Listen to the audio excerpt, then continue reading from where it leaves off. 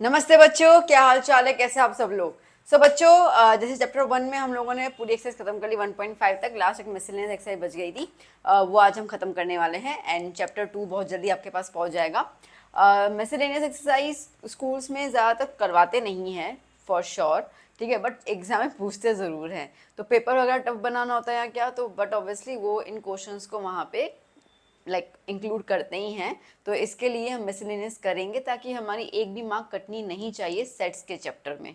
Okay, तो चलिए शुरू करते हैं और देखते हैं कि क्या है मिसलेनियस है। अब मिसलेनियस का नाम ही ऐसा है कि पूरी मिक्सचर, ठीक है। तो अभी तक आपने जितना भी 1.1 1.2 में जितना भी कॉन्सेप्ट किया था वही कॉन्सेप्ट को यहाँ पे लगाएंगे। थोड़ी एक्सरसाइज जो है वो अग्री है, थोड़ी समझने वाली है, तो इसके लिए शायद आपको एक दो क्वेश्चन 2 से 3 बार रिवाइंड करके देखना पड़ जाएगा। वह मैं कोशिश करूँगी ज़रूरत ना पड़े, बट देन टू। तो चलिए चलते हैं हम एक्सरसाइज की तरफ। आइए बच्चों, देख लेते हैं मिसलेनियस एक्सरसाइज के पहले जो एग्जांपल्स है वो, then we will move forward the miscellaneous exercise. Okay बेटा, ये एक्सरसाइजेज जो है वो इंपॉर्टेंट होती है क्योंकि अगर पेपर टफ बनाना होता है या क्या, तो स्कूल वाले ये एक्सरसाइज का खूब यूज़ करते हैं।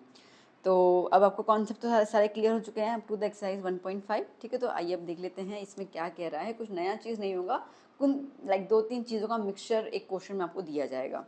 Let's see the question. Show that the set of letters needed to spell cataract and the set of letters needed to spell tract are equal. Okay, तो लेट्स से कि ये जो सेट ऑफ लेटर्स हैं cataract के, उस set को हम लोग ना ए नाम दे देते हैं। Let A is equals to set of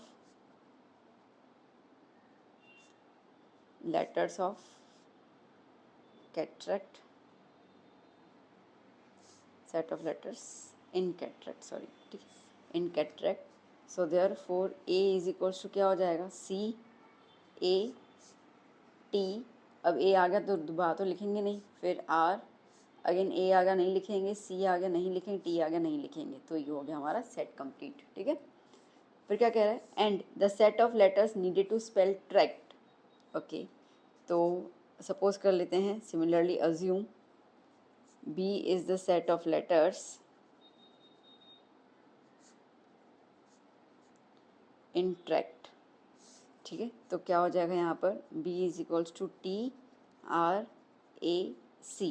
T repeat है तो नहीं लिखेंगे, तो चेक कर लो, ए में सी है, बी में भी है, ए में ए है, बी में भी है, ए में टी है, बी में भी है, और ए में आर है तो बी में भी है। मतलब सारे के सारे मेंबर्स जो हैं वो ए और बी के सेम है। तो हम लिखेंगे since every element in A is in B and every element in B is in A, ठीक है। B वाले भी A में है, A वाले भी B में है। ओके, सो देयरफॉर हम बोल सकते हैं that A is the subset of B and B is the subset of A, दोनों एक दूसरे के सबसेट हैं, ठीक है। सो इट इम्प्लाइज कि A जो है वो B के इक्वल है, ठीक है। तो नंबर ऑफ मेंबर्स भी इक्वल आ गए और मेंबर्स भी इक्वल हैं, तो इस तरीके से अपन को इसको प्रूव करना रहता है। ओके, चलिए नेक्स्ट क्वेश्चन देख लेते हैं हम लोग। क्या कह रहा है, list all the subsets of the set -1 0 1, ठीक है ना। सबसेट्स निकाल देते हैं। सो सपोज कर लेते हैं ये सेट ए है, -1 0 1। अब पहली बात तो कितने हैं इसके अंदर मेंबर्स हैं बेटा, 3 है। तो एक बार फॉर्मूला देख लेते हैं, 2n में हम लोग 2 3 लगा दे तो कितने आएंगे अपने पास, 8 आने चाहिए, ठीक है।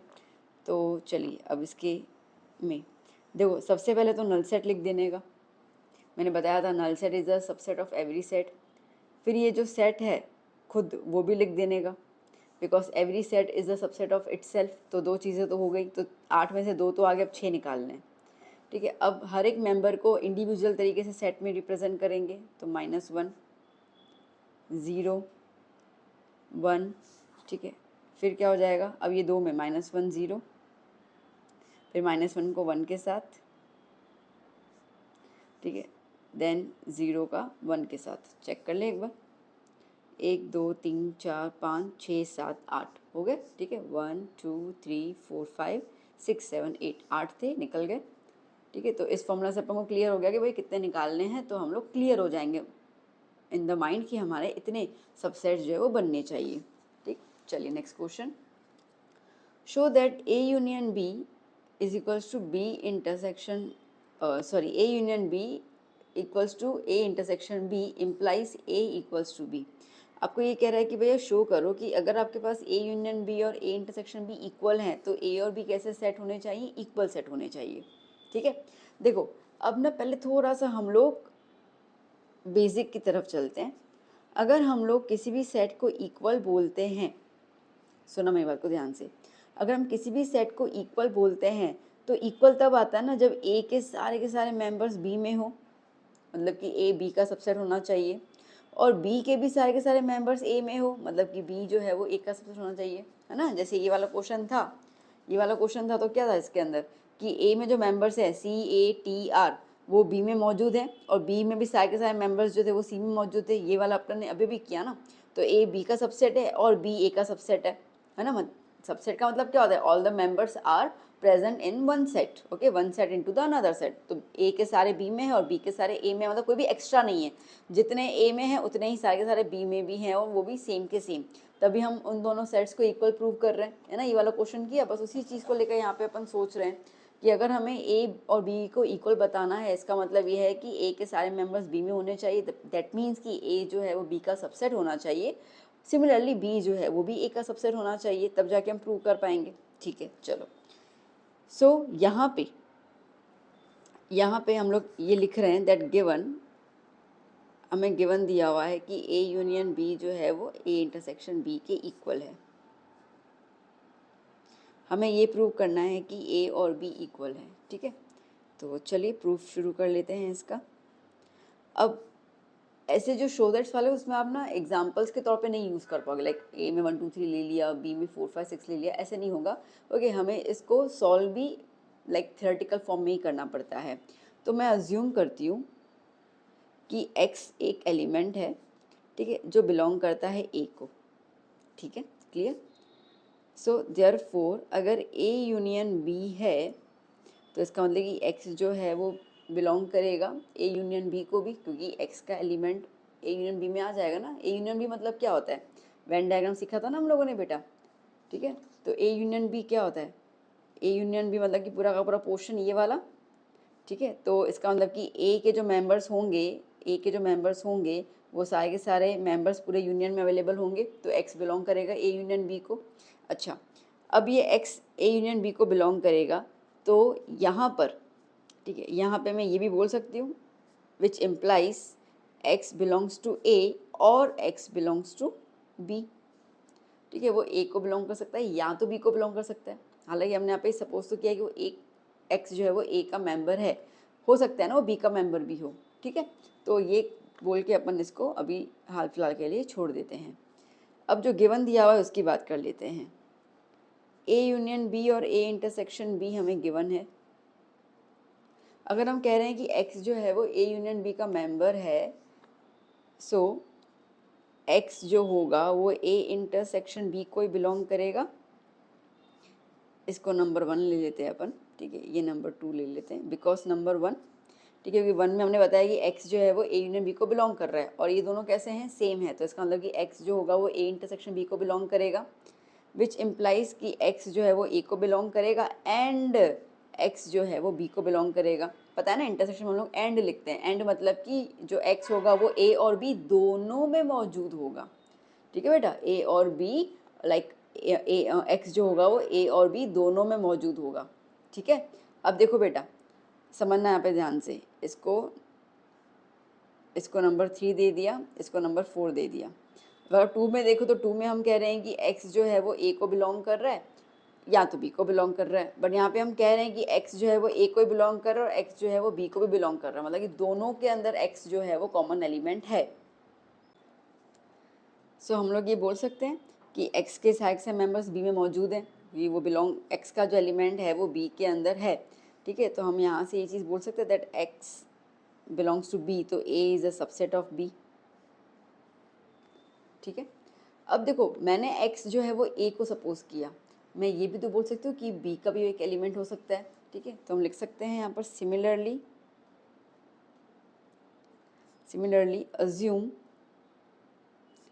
y जो है वो बिलोंग कर रहा है सेट b को। अब अगर y सेट b को बिलोंग करेगा, इसका मतलब कि y जो है वो बिलोंग करेगा a यूनियन b को। और अगर वो a यूनियन b को बिलोंग कर रहा है, और जैसे हम लोग को पता है कि a यूनियन b और a इंटरसेक्शन b दोनों इक्वल हैं, सो देयरफॉर y जो है वो बिलोंग करेगा a इंटरसेक्शन b को। इसका मतलब y जो है वो b के अंदर तो है, और साथ ही साथ y जो है वो a के अंदर भी होगा, which implies that y belongs to a। ठीक है, तो इसका मतलब यहाँ पे ये बोल सकते हैं कि b के सारे मेंबर्स a में हैं, तो b is a subset of a। तो ये हो गया नंबर हमारा। ठीक है, तो अगर a हम b को सबसेट के बोल रहे हो, b को a के साथ, तो मैंने आपको अभी बताया ना कि अगर हमारी ये दोनों कंडीशन फुलफिल हो जाती है, a b का सबसेट b a का सबसेट, तो इसका मतलब कि a और b कैसे हो गए। सो देयरफॉर वी कैन से कि a और b कैसे सेट्स हैं, इक्वल सेट्स हैं। ठीक है, आया समझ में। देखो मैं एक बार दोबारा एक्सप्लेन कर लेती हूँ। हम लोग ये सपोज कर रहे हैं कि x जो है वो a का मेंबर है। तो यूनियन मतलब क्या होता है, यूनियन का मतलब जोड़ना, सब चीज़ों को एक ही बक्से में डाल देना। तो उसमें तो जो x है, जो a का मेंबर है, वो पूरे बक्से में आ जाएगा ना। ठीक है, पूरे बक्से में आ जाएगा। तो अगर यूनियन है तो उस हिसाब से हम ऐसा बोलते हैं कि x जो है वो a को बिलोंग कर रहा है, या तो x जो है वो b को बिलोंग कर रहा है। हालांकि हमने बता दिया है कि x a को बिलोंग कर रहा है, तो अगर आप ये चीज़ ना भी लिखो तो चलेगा, इट्स ओके। ठीक है, कोई ज़रूरत नहीं है। बट मैंने आपको इसलिए बताया क्योंकि यूनियन है तो उसके लिए और हम लिखते हैं, तो ये दोनों चीज़ें आपस में सेम है, वो इसके लिए मैंने आपको ये चीज़ें मेंशन की। ठीक है, नाउ ए यूनियन बी और ए इंटरसेक्शन बी इक्वल है, वो गिवन है। तो अगर x जो है वो a यूनियन b का मेंबर है, इसका मतलब ये कि x जो है वो a इंटरसेक्शन b का मेंबर हो जाएगा। बहुत सीधी सी बात है। अभी इंटरसेक्शन का मतलब ये होता है भैया कि वो मेंबर दोनों सेट में मौजूद होगा। तो इसका मतलब कि x जो है वो a में भी है और x जो है वो b में भी है। तो यहाँ से क्लियर हो गया कि x जो है ना वो b के अंदर भी मौजूद है। ठीक है, अगर मौजूद है तो हम यहाँ से ये चीज़ बोल सकते हैं कि भैया x के a के सारे मेंबर्स b में अवेलेबल हैं, दैट मीन्स कि a जो है वो b का सबसेट हुआ, है ना। अब यहाँ पे मैंने सेट a को अज्यूम किया था। सिमिलरली अगर मैं ये अज्यूम करूँ कि सेट b में भी एक एलिमेंट है जिसको हम y कह रहे हैं, और y बिलोंग करेगा a यूनियन b, सेम चीज़ रिपीट ही करनी है। ओके, और a यूनियन b और a इंटरसेक्शन b इक्वल है, तो y जो है वो इसको भी बिलोंग करेगा, विच इंडिकेट्स कि y जो है वो a को भी बिलोंग करेगा। एंड आ गया, एंड का मतलब ये है कि दोनों में मौजूद होना चाहिए। तो ये इंडिकेट कर रहा है कि b जो है वो a का सबसेट है। तो इससे और इससे ये पता चल रहा है कि ये दोनों एक दूसरे के सबसेट है। तो इसका मतलब कि दोनों सेट कैसे हो जाएंगे, इक्वल सेट्स हो जाएंगे। ठीक है, क्लियर हुआ। ऐसे प्रूफ दैट्स आपको आएंगे, और यही इस चैप्टर का एसेंस है। अगर हम बोलें कि इस चैप्टर में टफ चीज़ क्या है या ज़्यादा दिमाग चलाने वाली चीज़ क्या है, तो ये प्रूफ दैट्स ही हैं। इन्हीं में आपको मेन काम करना है। बाकी तो मुझे नहीं लगता कि पूरे चैप्टर में ऐसा कुछ खास था जो आपको डिफिकल्ट लगा हो। तो well, that was the example. अभी हम चलते हैं एक्सरसाइज की तरफ। ना बच्चों, मिसलेनियस एक्सरसाइज, ये मेरे पास बुक जो है वो पुरानी है, इसके लिए एज पर द न्यू जो आपकी बुक आई है, ठीक है, उसमें जो क्वेश्चंस है मैंने वो रेड मार्क टिक कर लिए हैं, तो वो वाले क्वेश्चन हमें करने हैं as per the new book. Okay, तो sorry for this, for the inconvenience, मेरे पास अभी वो बुक अभी वैलिड नहीं है। तो चलिए फर्स्ट क्वेश्चन देख लेते हैं हम लोग। क्या क्वेश्चन है, decide among the following sets which sets are subsets of one another. ठीक है, तो हमें 4 सेट्स दिए हुए हैं, ए बी सी और डी। ठीक है, तो अब हमें ये बताना है कि कौन किसका सबसेट है। तो जैसे कि हम बात कर रहे हैं सेट ए की, सेट ए की, सेट ए क्या है, x such that x belongs to R and x satisfy x square minus 8x plus 12 equals to 0। ठीक है, अब आप देखो बेटा, आपको अगर ध्यान हो तो देखो B246 है, C2468 डॉट डॉट डॉट और D6 है। मतलब कि BCD में तो कोई दिक्कत नहीं हो, तो हमें रोस्टर फॉर्म में दिया हुआ है। ये जो है वो हमें दिया हुआ है सेट बिल्डर फॉर्म में, तो पहले हमें इसके मेंबर्स आइडेंटिफाई करने पड़ेंगे। ठीक है, तो कोई दिक्कत नहीं है, ये अपने पास जो इक्वेशन है उसी को सॉल्व कर लेंगे, हमें इसके मेंबर्स पता चल जाएंगे। तो क्या है, x square minus 8x plus 12 equals to 0। अब ये है स्प्लिटिंग द मिडल टर्म, इसमें तो हम लोग पूरे हो चुके हैं। ओके, चैप्टर 2, 4 कितने सारे थे, 8th स्टैंडर्ड से करते हुए आ रहे हैं, तो बस इसको सॉल्व करना है हम लोगों को। तो पीछे का नंबर 12 है, तो 12 कैसे फैक्टर सोचो जो आपको 8 दे, तो 6 2 ज़ा 12 और 6 और 2 8 मिल जाएगा। तो एक्स स्क्वायर माइनस की sign 6x minus plus minus 2x plus 12 equal to 0। दो का ग्रुप बना दिया, तो ये हो गया x माइनस 6 माइनस 2, ये हो जाएगा x माइनस 6 इक्वल टू 0। ठीक है, सो क्या हो गया, x minus 6 x minus two equals to 0 which indicates कि x इज इक्वल्स टू 6 है और x इक्वल्स टू 2 है। ठीक है, तो यहाँ से क्लियर हो गया कि भैया जो a है ना उसके जो मेंबर्स है वो 2 और 6 है। ठीक है, चलो बाकी के मेंबर्स लिख देते हैं हम लोग, बाकी के सेट लिख देते हैं। b है 2 4 6, ठीक है, c है 2 4 6 8 एंड गोज ऑन, और d है 6। ठीक है, इतना क्लियर हो गया। चलो अभी अपने पास सेट्स आ गए। चलो अब देखो इसके अंदर की कौन किसका सबसेट है। सबसेट का मतलब क्या होता है, all the members are present in the another set. ठीक है, अब देखो 2 और 6 ए में है, अब ये 2 और 6 आपको कहाँ कहाँ नज़र आ रहा है, 2 और 6 बी में नज़र आ रहा है, मतलब ये तो हो गया कि भैया ए जो है वो सबसेट है बी का। फिर 2 और 6 आपको नज़र आ रहा है सी के अंदर भी, तो इतना भी क्लियर होगा कि ए जो है वो सबसेट है सी का। यहाँ पे डी में सिर्फ 6 है, 2 नहीं है, तो फिर ये उसका मेंबर नहीं है। ठीक है, तो इतना क्लियर हो गया, ये 2 आ गए। चलो तीसरे की बात कर लेते हैं हम लोग। बी देखो 2 4 6 और ये सी में अवेलेबल है 2 4 6, तो इसका मतलब कि बी जो है वो सबसेट होगा सी के। ठीक है, डी जो है डी में 6 है और वो 6 आपको तीनों में नज़र आ रहा है, ए में भी, बी में भी और सी में भी। ठीक है, तो ये पता चल रहा है कि डी जो है वो सबसेट है ए का भी, डी सबसेट है बी का भी, और डी सबसेट है सी का भी। ठीक है, सी तो पॉसिबल नहीं किसका सबसेट होना, बिकॉज वो चलता ही जा रहा है, तो उसके पास बहुत सारे मेंबर्स अवेलेबल हैं। Okay done, clear. तो बस इस तरीके से करना है। आइए बच्चों अब देख लेते हैं क्वेश्चन नंबर 2 क्या कह रहा है। Question number 2, in each of the following determine whether the statement is true और फॉल्स। ठीक है, ट्रू और फॉल्स बताना है, अगर ये ट्रू है देन प्रूव इट, और अगर फॉल्स है तो हमें एग्जाम्पल देके बताना है कि फॉल्स किस तरीके से है। ठीक है, तो चलिए एक स्टेटमेंट को समझते जा रहे हैं हम लोग। क्वेश्चन नंबर 2 फर्स्ट क्या बोल रहा है, if x belongs to a and a belongs to b, then x जो है वो b को बिलोंग करेगा। ठीक है, ये कुछ क्वेश्चन है। देखो अब अगर मैं इसको एग्जाम्पल के तौर पे लूँ तो ये कह रहा है कि x एक एलिमेंट है जो a को बिलोंग कर रहा है। देखो ये वाली एक्सरसाइज, ये स्पेशली जो क्वेश्चन करेंगे ना, यहाँ से आप लोगों को बिलोंग सबसेट का पॉइंट क्लियर हो जाएगा, और अगर क्लियर है तो आप इसको बहुत अच्छे से कर सकते हैं। बिलोंग में आपको पता है मेंबर लिखना। ठीक है, तो हम सपोज कर लेते हैं, मैं अज्यूम करती हूँ कि जो 1 है, ठीक है, सेट ए में एक मेंबर है जिसको मैंने 1 ले लिया।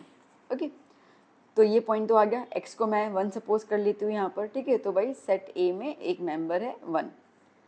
फिर कह रहा है कि a जो है वो b को बिलोंग कर रहा है। बिलोंग करने का मतलब ये है कि b के अंदर a का जो मेंबर है वो एज एन एलिमेंट मौजूद है। ठीक है, जैसे b के अंदर मैं बोलूँ कि 2 3 है और ये a का मेंबर आया और ये 4। ठीक है, देखो a जो है वो b को बिलोंग कर रहा है, इसका मतलब क्या है कि a का जो शक्ल वाला है, मतलब जैसा सेट a है वो पूरा का पूरा सेट a जो है वो b के अंदर दिखना चाहिए। तो इसके लिए जो ब्रैकेट है, कर्ली ब्रैकेट, वो उसके साथ आएगा।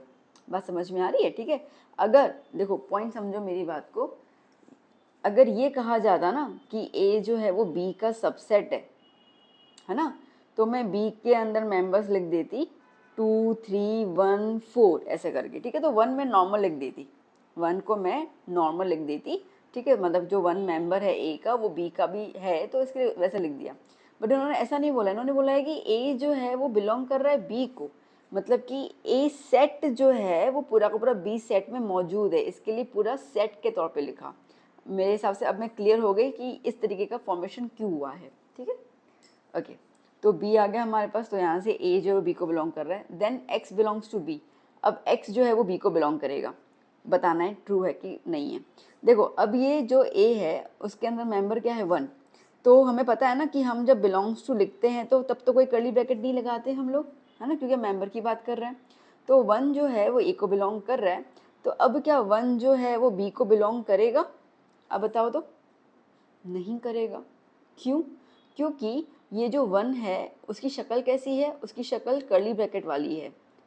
ठीक है, इसकी शक्ल कैसे, कर्ली ब्रैकेट वाली है, क्योंकि ये सेट ए है ना, तो इस तरीके से अगर हम बोलें तो नहीं, वो उसको बिलोंग नहीं करेगा। ठीक है, ये उसका मेंबर नहीं है। कौन मेंबर है? देखो ऐसे ऐसे अगर हम बोले ना तो हम बोल सकते हैं यस इट्स अ मेंबर, क्योंकि बिलोंग के अंदर जो शक्ल होनी चाहिए ना ब्रैकेट में, वैसे ये शक्ल बाहर होनी चाहिए। सिंपल सी बात, आप समझो मेरी बात को। ठीक है, यहाँ पे हम लोग अगर x बिलोंग कर रहा है ए को और x की जगह 1 लिख रहे हैं तो 1 ही बिलोंग करेगा b को, बट वो हो नहीं रहा, ऐसा बिलोंग टू आ रहा है, बिना ब्रैकेट वाला नहीं आ रहा है, तो इसके लिए आंसर क्या आ गया, फॉल्स। ठीक है, समझने वाली पूरी बात है बेटा, और कुछ नहीं है इसके अंदर। चलिए number 2, if a is a subset of b, question देख लीजिए, if a is a subset of b and b belongs to c, then a belongs to c। ठीक है, चलो, so if a is a subset of b, तो मैं suppose कर लूँगी a के अंदर मेंबर है 1। अब b कह रहा है कि a जो है वो b का सबसेट है, मतलब जो a का मेंबर है वो b में मौजूद होगा, तो मैंने b का ले लिया 1 2 3, जिसमें a का मेंबर b में अवेलेबल है, तो a हो गया b का सबसेट। ठीक है, ओके। अब कर रहा है कि b जो है वो c को बिलोंग कर रहा है, तो c के अंदर मैं एक मेंबर्स की लिस्ट बना देती हूँ 4 5, और b जो है वो c को बिलोंग कर रहा है, तो मतलब b की पूरी शक्ल एज इट इज आ जाएगी 1 2 3, और ये मैंने 6 एक्स्ट्रा और ले लिया। ठीक है, ताकि आपको कंफ्यूज ना हो कि भाई हाँ चलो इतने सारे मेंबर्स आप जब लोगे तो आपको क्लियर हो जाएगा कि किस तरीके से अपन को रिप्रेजेंट करना है। अब कह रहा है कि a जो है वो बिलोंग कर रहा है c को, बताओ सही है कि नहीं है। अब a कैसा है बेटा, a जो है वो ऐसा मेंबर है, कर्ली ब्रैकेट का 1। ठीक है, अब अगर आपको ये बोलना है कि a जो है वो बिलोंग करेगा c को, तो उसके लिए हमें a का पूरा ब्रैकेट यूँ लेना पड़ जाएगा, तो हम कहेंगे कि 1 जो है वो बिलोंग कर रहा है c को। अब आप c के मेंबर्स देखो, क्या 1 अवेलेबल है, नहीं है। देखो आप अगर आप इसको 1 बोलोगे ना तो आप गलत सोच रहे हो।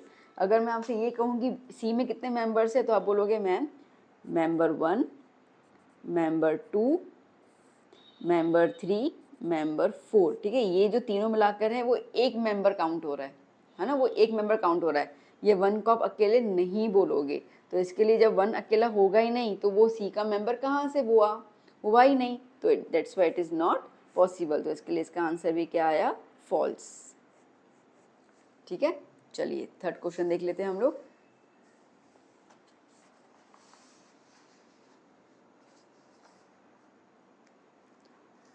थर्ड क्या कह रहा है, if a is a subset of b and b is a subset of c,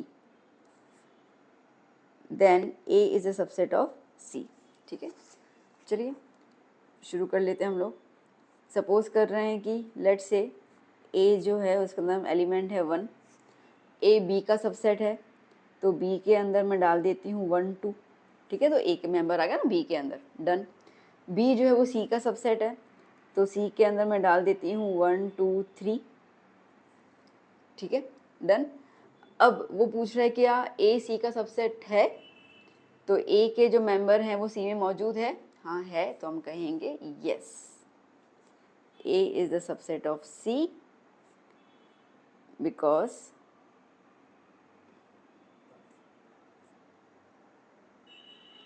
every member of set A is present in set C। ठीक है, डन। तो इसका आंसर आएगा यस, ट्रू। ना बच्चों फोर्थ क्या कह रहा है, if A is not the subset of B and B is not the subset of C, then A is not the subset of C। ठीक है, अब एग्जाम्पल से ही शुरू करते हैं हम लोग। A जो B का सबसेट नहीं है, तो हम सपोज कर लेते हैं कि A के अंदर मेंबर जो है वो 1 है, B के अंदर जो मेंबर है वो उसका सबसेट नहीं है, तो समझो 2 और 3 ले लिया। ठीक है, फिर कह रहा है कि B जो है वो C का सबसेट नहीं है। ओके, इसका मतलब कि C के अंदर B वाले मेंबर्स नहीं आने चाहिए, तो मैं ऐसा लिख सकती हूँ 1 4 5, है ना। तो कह रहा है कि A जो है ना फिर C का सबसेट नहीं होगा, बट आपके सामने है A के अंदर 1 मेंबर है, वो मैंने C में डाला, तो वो तो उसका मेंबर आ सकता है ना, क्योंकि इन्होंने बोला है कि B C का सबसेट नहीं है, तो जो B के मेंबर्स है वो C में नहीं होने चाहिए। इसने ऐसा नहीं बोला कि A के मेंबर्स नहीं होने चाहिए, तो A का मेंबर तो यहाँ पे ऑलरेडी है, मतलब कि यहाँ पे देखा जाए, ठीक है, यहाँ पे देखा जाए तो A जो है वो C का सबसेट हो गया। ओके, तो इसका मतलब कि ये क्या हो जाएगा, फॉल्स। ठीक है, हमेशा ये चीज़ सही नहीं होगी, ये चीज़ सही हो सकती है। ठीक है, अगर हम ये बोलें कि C जो है वो 4 और 5 हो, से 4 और 5 हो तो यहाँ पे पॉसिबल है, but the point is that कि हम ट्रू तब बोलते हैं जब हर एक कंडीशन में सेटिस्फाई हो। इस कंडीशन में ये वाला जो पॉइंट है वो सेटिस्फाई नहीं हो रहा है, इसके लिए हमारा आंसर फॉल्स आया।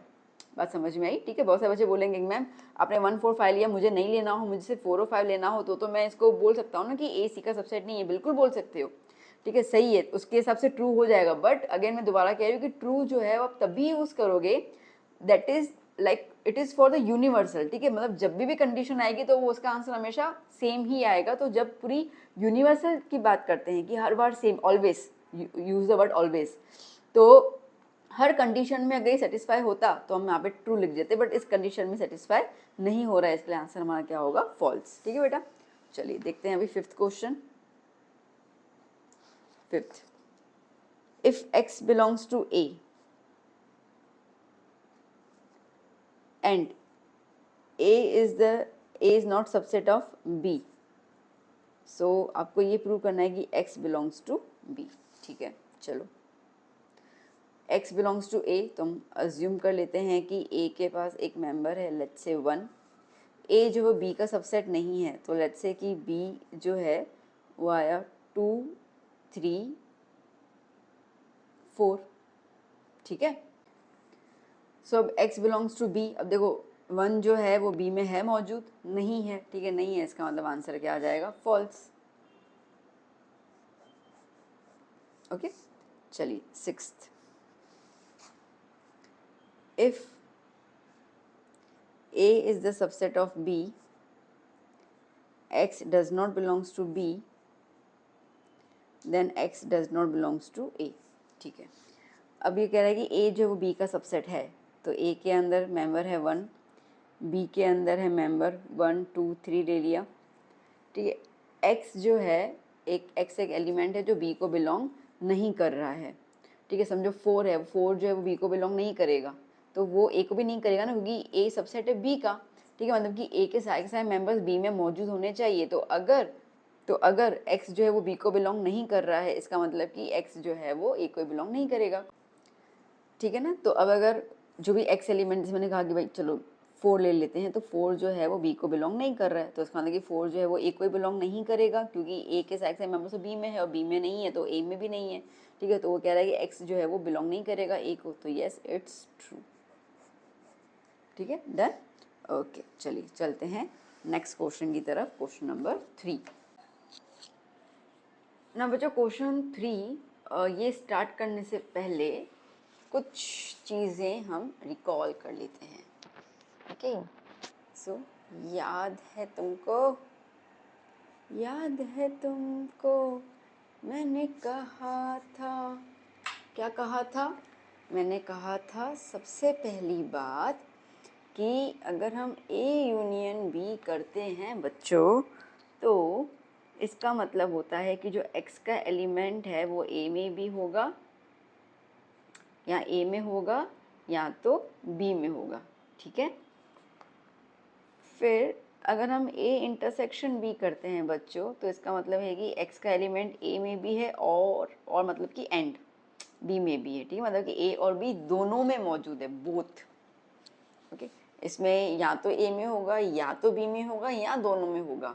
इसके अंदर कंपलसरी A में भी है और B में भी है। ठीक है, मतलब यहाँ पे और मतलब हिंदी वाला और है। ठीक है, ठीक है, तो यहाँ पे A एंड B दोनों में है।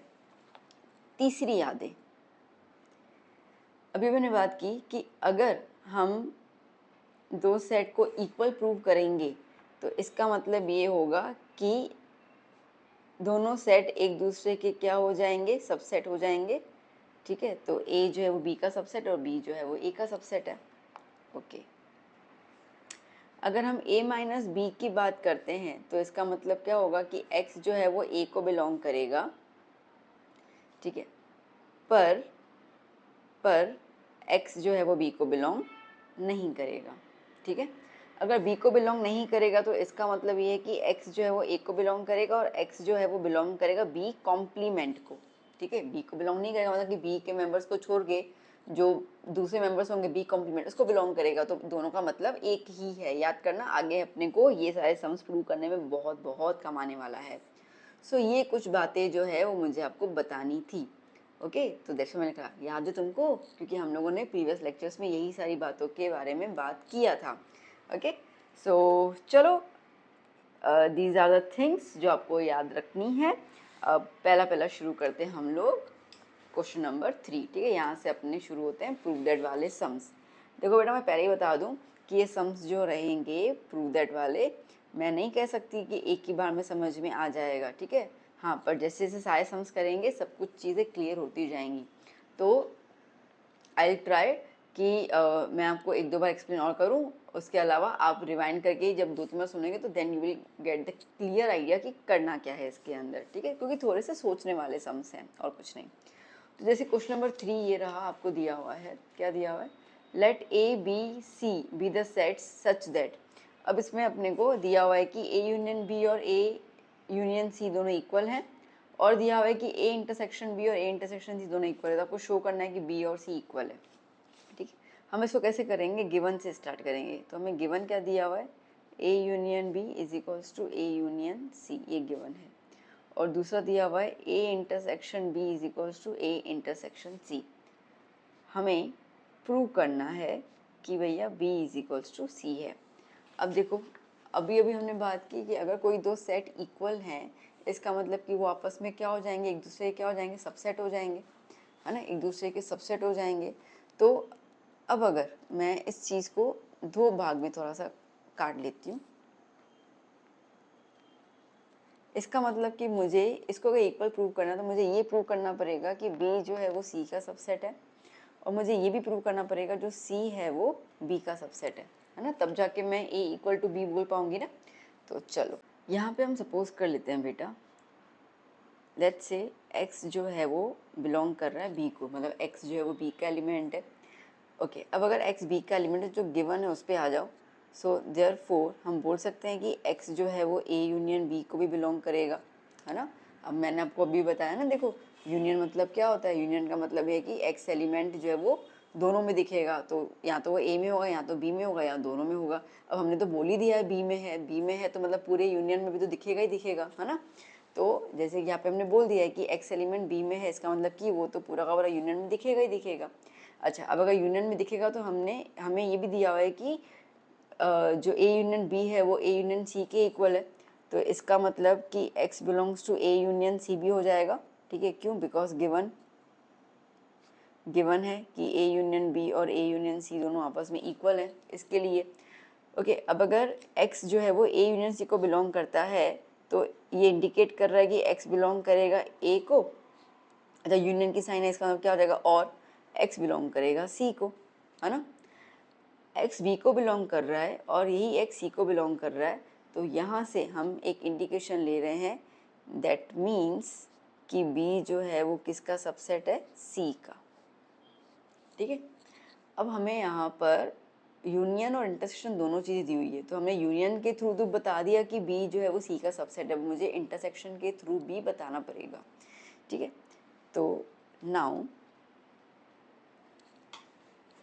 अब x जो है वो बिलोंग कर रहा है b को, तो सीधी सी बात है वो a इंटरसेक्शन b में भी बिलोंग करेगा ही करेगा। सो हम बोल सकते हैं that x belongs to a intersection b also, है ना। इंटरसेक्शन का मतलब देखो, हमने क्या बोला था कि a इंटरसेक्शन b, इसका मतलब x जो है वो a में भी होगा, x जो है वो b में भी होगा। ठीक है, तो अगर मैं यहाँ पे ये बोल रहे हैं कि x जो है वो बिलोंग कर रहा है b को, तो इसका मतलब कि x element a intersection b में दिखाई देगा, है ना। अब अगर ये दिखाई देगा तो इसका मतलब ये है यहाँ पर कि x जो है वो a इंटरसेक्शन c को भी बिलोंग करेगा, क्योंकि दोनों इक्वल है। So therefore x belongs to a intersection c because given. So therefore x belongs to a intersection, इसके लिए क्या यूज़ करेंगे, and x belongs to c, a और c दोनों को बिलोंग कर रहा है। ठीक है, मतलब कि x जो है वो b को बिलोंग कर रहा है और x जो है वो c को भी बिलोंग कर रहा है, मतलब कि x एलिमेंट b और c दोनों में है। अगेन दैट मीन्स हम बोल सकते हैं कि b is a subset of c। ठीक है, तो यूनियन की मदद से और इंटरसेक्शन की मदद से हमने प्रूव कर लिया कि b जो है वो c का सबसेट है। अब सेम चीज़ अपन करेंगे c सबसेट b के लिए। ठीक है, now let y belongs to c। ठीक है, so therefore sorry y belongs to, अब c है तो यहाँ पे मैं ए यूनियन सी ले लूँ क्योंकि मुझे सी के लिए यूनियन दिया हुआ है, ठीक है। तो क्या हो जाएगा ए union C.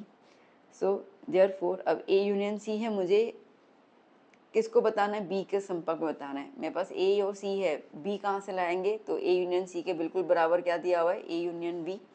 So therefore Y belongs to A union B, ठीक है। क्यों, because given. So this indicates कि y जो है वो a को बिलोंग कर रहा है और y जो है वो b को बिलोंग कर रहा है। अब y c को बिलोंग कर हमने बता दिया, बट y b को ही बिलोंग कर रहा है, अरे बाप रे। तो इसका मतलब ये हो जाएगा कि c जो है वो सबसेट हो जाएगा किसका, b का, ठीक है। सिमिलरली यहाँ पे फिर से वही इंटरसेक्शन वाला ले लेते हैं कि y जो है वो बिलोंग करेगा a इंटरसेक्शन c को। तो इसका मतलब कि y जो है वो बिलोंग करेगा a इंटरसेक्शन b को भी, बिकॉज गिवन, ठीक है, sorry, because given. So therefore y belong करेगा a को एंड y बिलोंग करेगा b को भी। अब y b को बिलोंग भी कर रहा है, मतलब कॉमन भी है और c में भी है, तो यहाँ से पता चल जाएगा कि c जो है वो b का सबसेट है।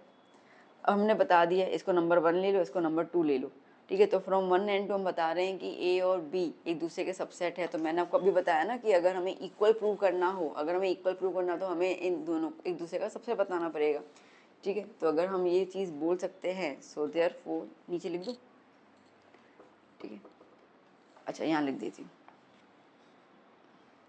ठीक है। सो क्या लिख देंगे हम लोग, so from 1 and 2, okay, that means कि B is a subset of C and C is the subset of B, so therefore B is equals to C, hence proved। ठीक है बेटा, आया समझ में, इस तरीके से आपको पूरा लिखना होगा। ओके, अगर आपको ये पोर्शन क्लियर हो गया तो ये तो सिंपल सी बात है। यहाँ पे हम लोगों ने, ठीक है, हमें B और C को प्रूव करना, तो एक बार हमने B के अंदर एक एलिमेंट सपोज किया था, यूनियन और इंटरसेक्शन दोनों के थ्रू बताया। फिर हमने C के अंदर एलिमेंट सपोज किया, यूनियन और इंटरसेक्शन दोनों के थ्रू बता दिया, एंड उन दोनों में सबसेट्स एक दूसरे को फॉलो कर रहे हैं, तो हम लोगों ने बता दिया कि भाई B और C इक्वल है। ठीक है, चलो नेक्स्ट क्वेश्चन। बच्चों क्वेश्चन में 4 क्या कह रहा है, देखो तो, देखो fourth question, show that the following 4 conditions are equivalent. ठीक है, अब ये कंडीशंस जो है वो इक्विवेलेंट है, एक दूसरे को हमें बताना है। अब जैसे कि आपको यहाँ पे A is a subset of B एक कंडीशन दी हुई है, A minus B is null set, okay, A union B is equals to B और A intersection B is equals to A। ठीक है, ये चारों आपस में जो है वो इक्विवेलेंट है। ओके, इक्विवेलेंट मतलब कि जैसे कि फर्स्ट है, ओके, फर्स्ट जो है वो इक्विवेलेंट होगा सेकंड के, ओके, फर्स्ट थर्ड के, थर्ड फोर्थ के, मतलब ये सारे आपस में इक्विवेलेंट है। तो अब इतने सारे तो हम कैसे प्रूव करेंगे, तो हम एक काम कर लेते हैं, हम ना यहाँ पे इन तीनों को गिवन मान लेते हैं और इन तीनों के ज़रिए ए सबसेट है बी का वो हम प्रूव कर लेते हैं। ठीक है, तो अगर ये इसके इक्विवेलेंट हो जाएगा, ये भी हो जाएगा, ये भी हो जाएगा, तो आपस में हो ही जाएंगे सारे के सारे। ठीक है, तो कोई भी एक कंडीशन लेके चलो, कई की जगह पे आपको ऐसा दिखेगा कि इसको अज्यूम करवाएंगे और इसको लेकर तीनों को प्रूव करवाएंगे, वाइसा वर्सा एक ही बात है, कोई इसमें रॉकेट साइंस नहीं है, कोई भी कैसे ही प्रूव कर सकता है। ठीक है, बिकॉज हमें इक्विवेलेंट ही प्रूव करना है यहाँ पर। सो जैसे कि मैं अब यहाँ पर लूँ, ओके, मैं यहाँ पे ले लेती हूँ, गिवन ले लेती हूँ A minus B is equals to null set. ठीक है, और मैं ये बोल रहा हूँ कि मुझे प्रूव करना है A is the subset of B। Okay, देखो अब जो मैं गिवन दिया हुआ है वहीं से शुरू करते हैं हम लोग। A माइनस बी जो है वो नल सेट है। ठीक है, अब नल सेट है, इसका मतलब क्या है, इसका मतलब ये है, इसमें 2 कंडीशंस आ जाएंगी। ठीक है, इसका मतलब ये है कि भैया या तो A और B दोनों इक्वल हैं, ठीक है, या तो A जो है वो B का सबसेट है। कैसे, देखो एग्जाम्पल के तो समझा रही हूँ, हम लोग एग्जाम्पल देखेंगे सिर्फ समझने के लिए, ठीक है, पर आपको प्रॉपर्टीज़ के थ्रू ही इसको सॉल्व करना है। तो समझो कि A के अंदर मेंबर है 1,2, ठीक है, और B के अंदर मेंबर है 1 2 3 4। तो अब क्या हुआ, A माइनस बी का कॉन्सेप्ट क्या होता है, A माइनस बी का कॉन्सेप्ट तो यही होता है ना कि A के ही मेंबर्स आने चाहिए और B के मेंबर्स हट जाने चाहिए। अपन तो यही कॉन्सेप्ट लेके चलते हैं।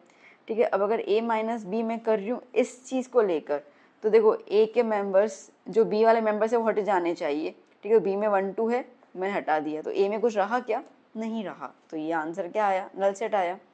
अगर मैं ये मान रही हूँ कि बी के अंदर भी से 1 2 ही मेंबर्स हैं, 3 4 हटा दिए मैंने, ठीक है, तो बी में से 1 2 है तो ये हटा दिए, तो अगेन ए माइनस बी क्या हो जाएगा, नल सेट हो जाएगा। तो अगर मेंबर्स ज़्यादा हैं फिर भी नल सेट था, अगर सेम के सेम मेंबर्स हैं फिर भी क्या है, नल सेट आ रहा है। बात समझ में आई। तो अपने पास ए माइनस बी का आंसर नल सेट कब आएगा, तो उस पर 2 कंडीशन आ रही है कि भाई यहाँ ए इक्वल टू बी है या तो फिर A is a subset of B. अच्छा, हमने अभी भी देखा था कि अगर ए इक्वल टू बी, अगर कोई भी 2 सेट इक्वल होते हैं इसका मतलब कि वो उसका सबसेट भी कहलाएगा। तो ये क्या हो जाएगा, A is a subset of B, और ये A is a subset of B तो ऑलरेडी है ही यहाँ पे, ठीक है। तो इसका मतलब क्या हो जाएगा कि x जो है वो बिलोंग कर रहा है a को, एंड x जो है वो बिलोंग कर रहा है b को, ठीक है, सबसेट है ना। मतलब कि यहाँ पे एंड का मतलब इंटरसेक्शन नहीं है, द पॉइंट इज दैट कि इम्प्लाइज, ठीक है। तो आप इसको इस तरीके से लिख सकते हो कि a को भी बिलोंग कर रहा है और b को भी बिलोंग कर रहा है, सेम चीज़ यहाँ पर भी आ गई। ओके, तो ठीक है, प्रूव हो गया, यहीं से प्रूव हो गया। तो हम लोग जो प्रूव करना था a सबसेट ऑफ b वो हमने प्रूव कर लिया, दैट्स इट, ठीक है। चलिए सेकंड पोर्शन, सेकंड में भी हम लोग ये एज्यूम कर रहे हैं कि जो गिवन है वो है हमारे पास। अच्छा, अब सेकंड के मदद से फर्स्ट को प्रूव कर लिया, अब थर्ड की मदद से फर्स्ट को प्रूव करेंगे, ठीक है। तो मैं यहाँ पे एक्चुअली थर्ड लिख देती हूँ, इसको सेकंड लिख देती हूँ ना। तो थर्ड क्या है, A union B is equals to B, और हमें क्या प्रूव करना है, हमें प्रूव करना है A is the subset of B, ठीक है। अब जो गिवन है उसी को ले लेते हैं, A union B is equals to B.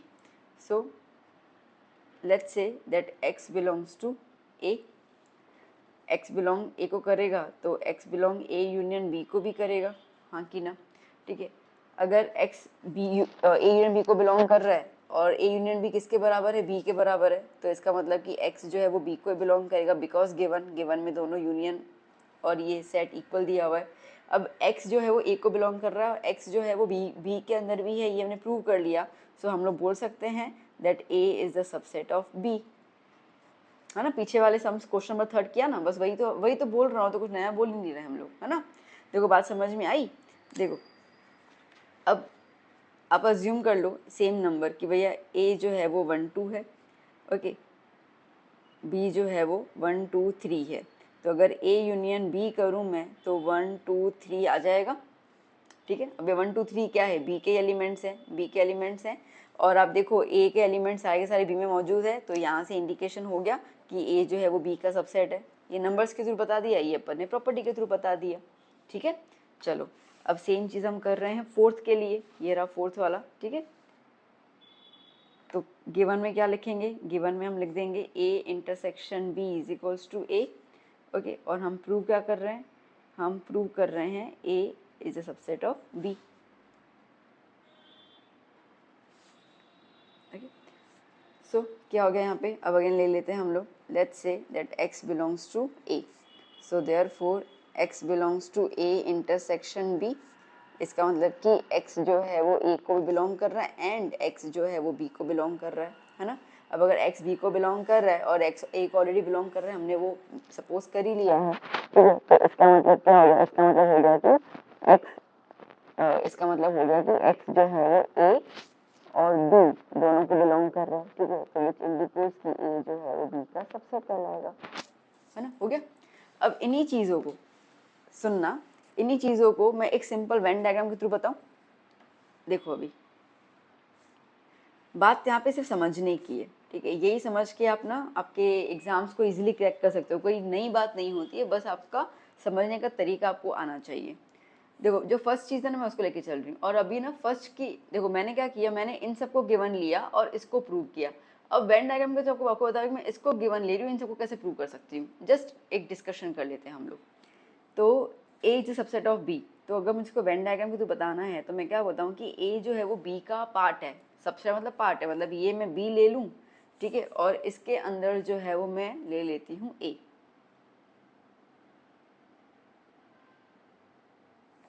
ठीक है। ये मेरा वेन डायग्राम। अब आप समझो, अब आप समझो a minus B is equal to null set, a में से अगर आप b निकाल रहे हो ठीक है, ये ए में से आप बी निकाल रहे हो, बी तो देखो ज़्यादा है वैसे, तो इसके लिए कुछ आंसर मिलेगा आपको? नहीं मिलेगा। मतलब ए के सारे मेंबर्स कट गए ना, क्योंकि ए के सारे मेंबर्स तो बी में मौजूद हैं, है ना। ये गोले का मतलब ये गोला, ठीक है, गोला क्या बोल रहा है भाई, ए का गोला बी के गोले के अंदर है। इसका मतलब क्या हो गया? इसका मतलब ये हो गया कि ए के सारे मेंबर्स जो है वो बी में मौजूद है, ठीक है। सबसेट का मतलब तो यही होता है। अब अगर मुझे a माइनस बी करना है तो a माइनस बी का मतलब क्या होता है? b के सारे मेंबर्स निकाल दो, सिर्फ और सिर्फ a के मेंबर्स आने चाहिए।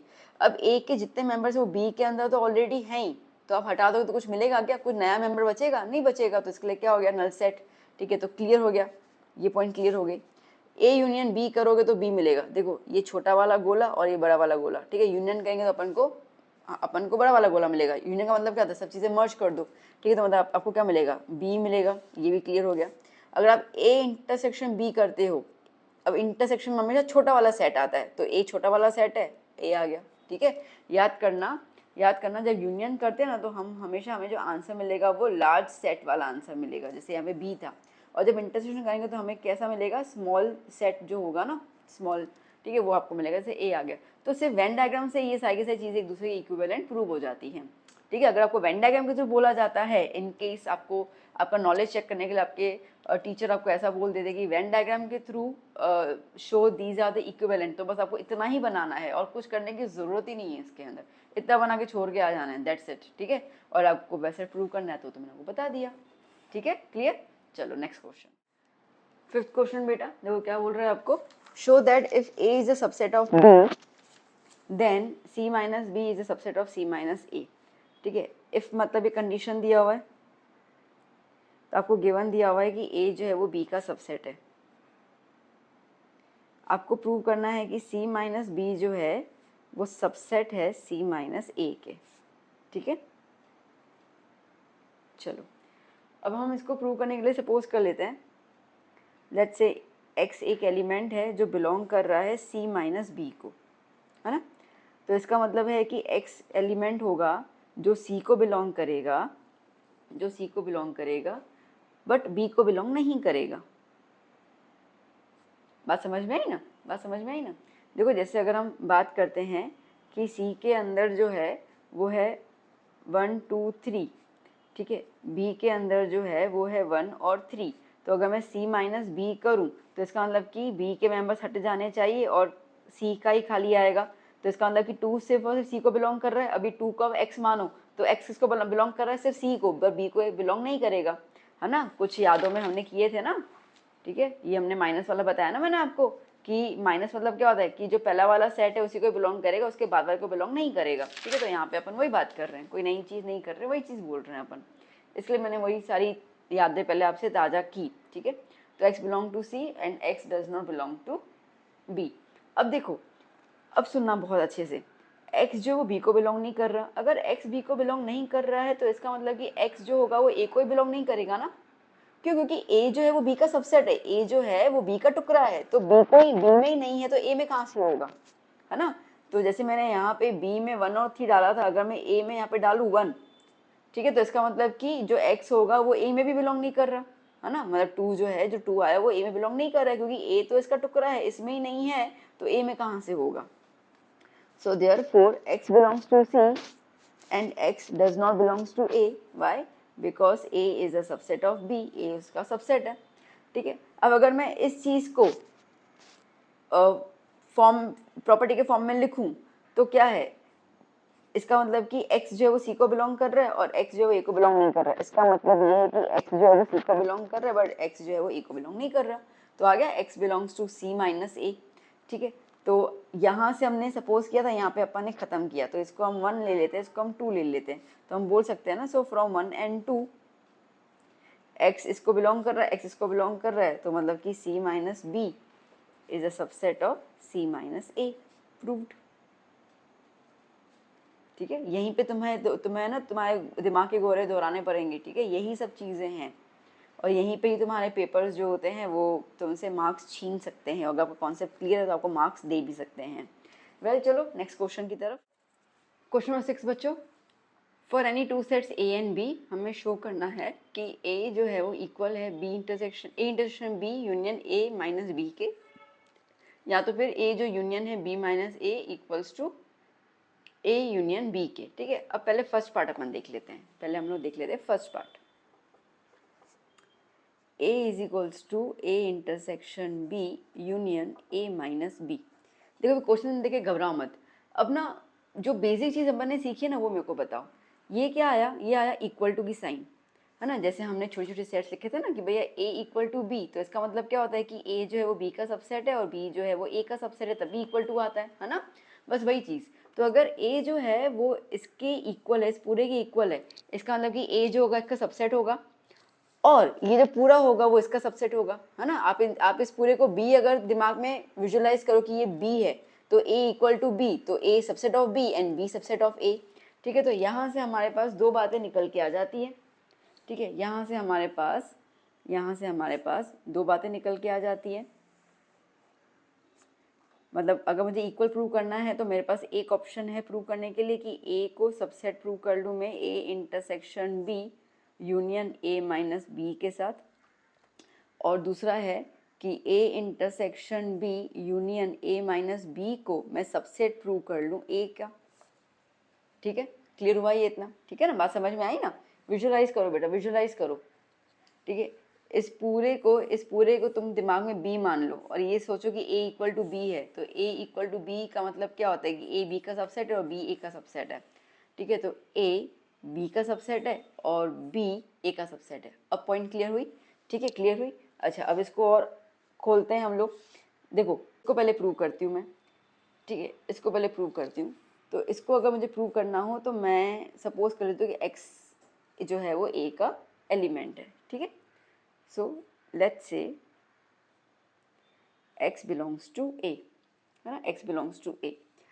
अब देखो बेटा, यहाँ पे सबसेट में क्या दिया हुआ है मुझे, a इंटरसेक्शन b दिया हुआ है एंड a माइनस b दिया हुआ है। तो अब ना मेरे पास दो ऑप्शन आते हैं। क्या ऑप्शन आता है कि x जो है वो a को बिलोंग कर रहा है, तो यहाँ पे मेरे पास दो ऑप्शन है कि भैया यहाँ तो x b को बिलोंग करेगा, ठीक है, या तो x b को बिलोंग नहीं करेगा। ठीक है, क्योंकि मुझे a का b के साथ रिलेशन बताना है ना, तो मुझे b के बारे में तो सोचना पड़ेगा, और तो कोई ऑप्शन है नहीं मेरे पास। ठीक है, तो मैंने ये तो मान लिया कि x जो है वो a को बिलोंग करता है, तो अब ऑप्शन है कि भैया x जो है वो b को बिलोंग करता है या तो x जो है वो b को बिलोंग नहीं करता है। अगर अपन मान के चलते हैं इस चीज़ को लेके चलो, ठीक है, अगर हम मान के चलते हैं कि x जो है वो b को बिलोंग करता है, तो इसका मतलब है यहाँ पे हम ये मान रहे हैं कि x जो है वो b a को बिलोंग कर रहा है एंड x जो है वो b को बिलोंग कर रहा है। इसका मतलब कि x जो है वो a इंटरसेक्शन b को बिलोंग करेगा। बात समझ में आई? जी हाँ, बिल्कुल। ठीक है, ये मैंने इसके यहाँ पे लिखा। ठीक है, ये और जो है वो और यहाँ पे लिख ही रही हूँ मैं। अब x जो है वो b को बिलोंग नहीं कर रहा है, तो ये इंडिकेट कर रहा है कि x a को बिलोंग कर रहा है, बट उसी समय जो है वो x b को बिलोंग नहीं कर रहा है। तो इसको अगर मैं प्रॉपर्टी के फॉर्म में सोचूं तो क्या हो जाएगा कि भैया x जो है वो बिलोंग करेगा a माइनस बी को। अब आपको पता है a माइनस बी मतलब कि एक सेट में अगर एक सेट को बिलोंग कर रहा है दूसरे को नहीं कर रहा, मतलब कि वो माइनस का फॉर्म आ जाएगा। ठीक है, तो उसके थ्रू आ गया। अब आप सोचिए यहाँ पे क्या साइन आ गई, और तो मैं इस पूरे को मर्ज कर लूँ तो क्या हो जाएगा, x belongs to a intersection b, और ये और को हटा दो तो क्या लगता है, यूनियन लगता है। साथ में क्या लिखूंगी मैं, a माइनस बी। ठीक है, अच्छा मैंने x को क्या सपोज किया है, a है ना, a को बिलोंग करता है, तो इसका मतलब ये कि मैं x की जगह पर a लगा दूँ, तो a belongs to a intersection b union a minus B. अगर x इसको बिलोंग कर रहा है, a और x जो है वो a का मेंबर है, वो भी इसको बिलोंग कर रहा है, इसका मतलब ये हो गया कि a जो है वो सबसेट हो गया a intersection b union a minus B का, है ना। मिला जुला की पूरी बात यहाँ पे ख़त्म हो गई हमारी। ठीक है, इसको मैंने 1 दे दिया। अब यही चीज़ जो है वो मेरे को प्रूव करनी है इसके साथ। अब यहाँ पे मेरे को स्पेस तो बची नहीं है, तो मैं इसको आगे की तरफ लिख देती हूँ। ठीक है, now a intersection b union a minus b, ये मुझे सबसेट बताना है किसका, a का, सॉरी। ठीक है, ये मुझे सबसेट बताना है a का। अब यहाँ पे मैं सपोज कर लेती हूँ y एक एलिमेंट है। ठीक है, let's say y belongs to a intersection b union A minus B, ठीक है। तो इस पूरे को y बिलोंग कर रहा है। ओके, तो अब मैं इसको थोड़ा सा डिवाइड कर लूँ, तो इसका मतलब ये है कि a जो है वो बिलोंग कर y जो है बिलोंग कर रहा है a इंटरसेक्शन b को, यूनियन मतलब और हुआ, और y जो है वो बिलोंग कर रहा है a माइनस बी को, है ना। काट साइड को तो ऐसे लिखने का। अब मैं इसको थोड़ा और डिवाइड करूँ, सेपरेट करती जाऊँ, तो ये क्या इंडिकेट कर रहा है कि y जो है वो बिलोंग करेगा a को, एंड y जो है वो बिलोंग करेगा b को। इंटरसेक्शन है, इसके लिए एंड आया।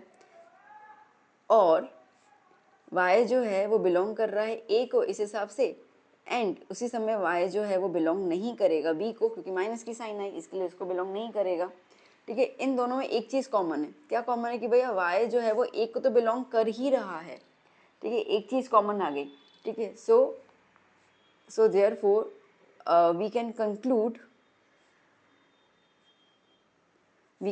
जो y है वो a को तो बिलोंग कर ही रहा है, ठीक है। तो इसका मतलब है कि y अगर इसको बिलोंग कर रहा है और y इसको बिलोंग कर रहा है, तो ये इसका क्या हो जाएगा? सबसेट हो जाएगा।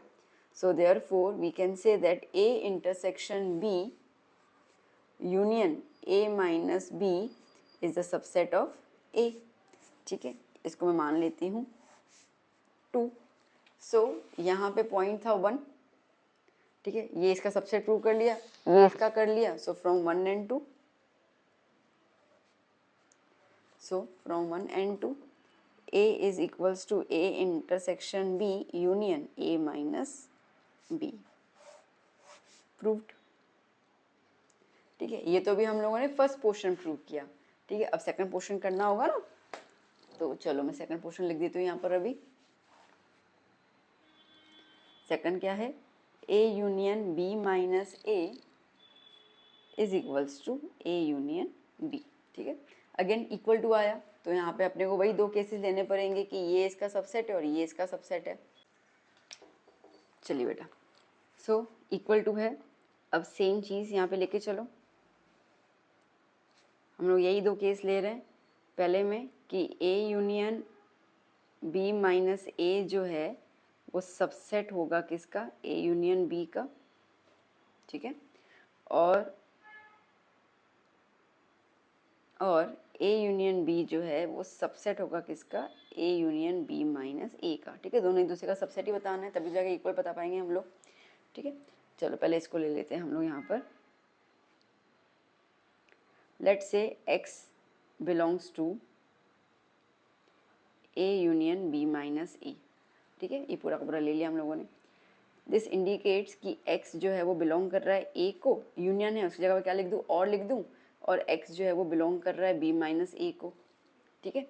अब यहाँ से ये इंडिकेट हुआ कि x जो है वो बिलोंग कर रहा है a को, और अब इसको खोल देती हूँ मैं, ठीक है। ये b माइनस a को खोल देती हूँ मैं, तो x जो है वो बिलोंग करेगा b को, एंड पर उसी समय x जो है वो बिलोंग नहीं करेगा किसको? a को, ठीक है। a को बिलोंग नहीं कर रहा है यहाँ पर। अब आप अगर सिर्फ इन दोनों को देखो तो इन दोनों के बीच में क्या साइन है बेटा? और की।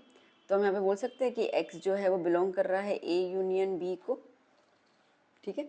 अब देखो x बिलोंग कर रहा है इसको और x बिलोंग कर रहा है इसको, मतलब कि ये इसका सबसेट हो गया, ठीक है। सो फ्रॉम 1 and 2 हम यहाँ पे लिख सकते हैं that x is the subset of a union b minus a।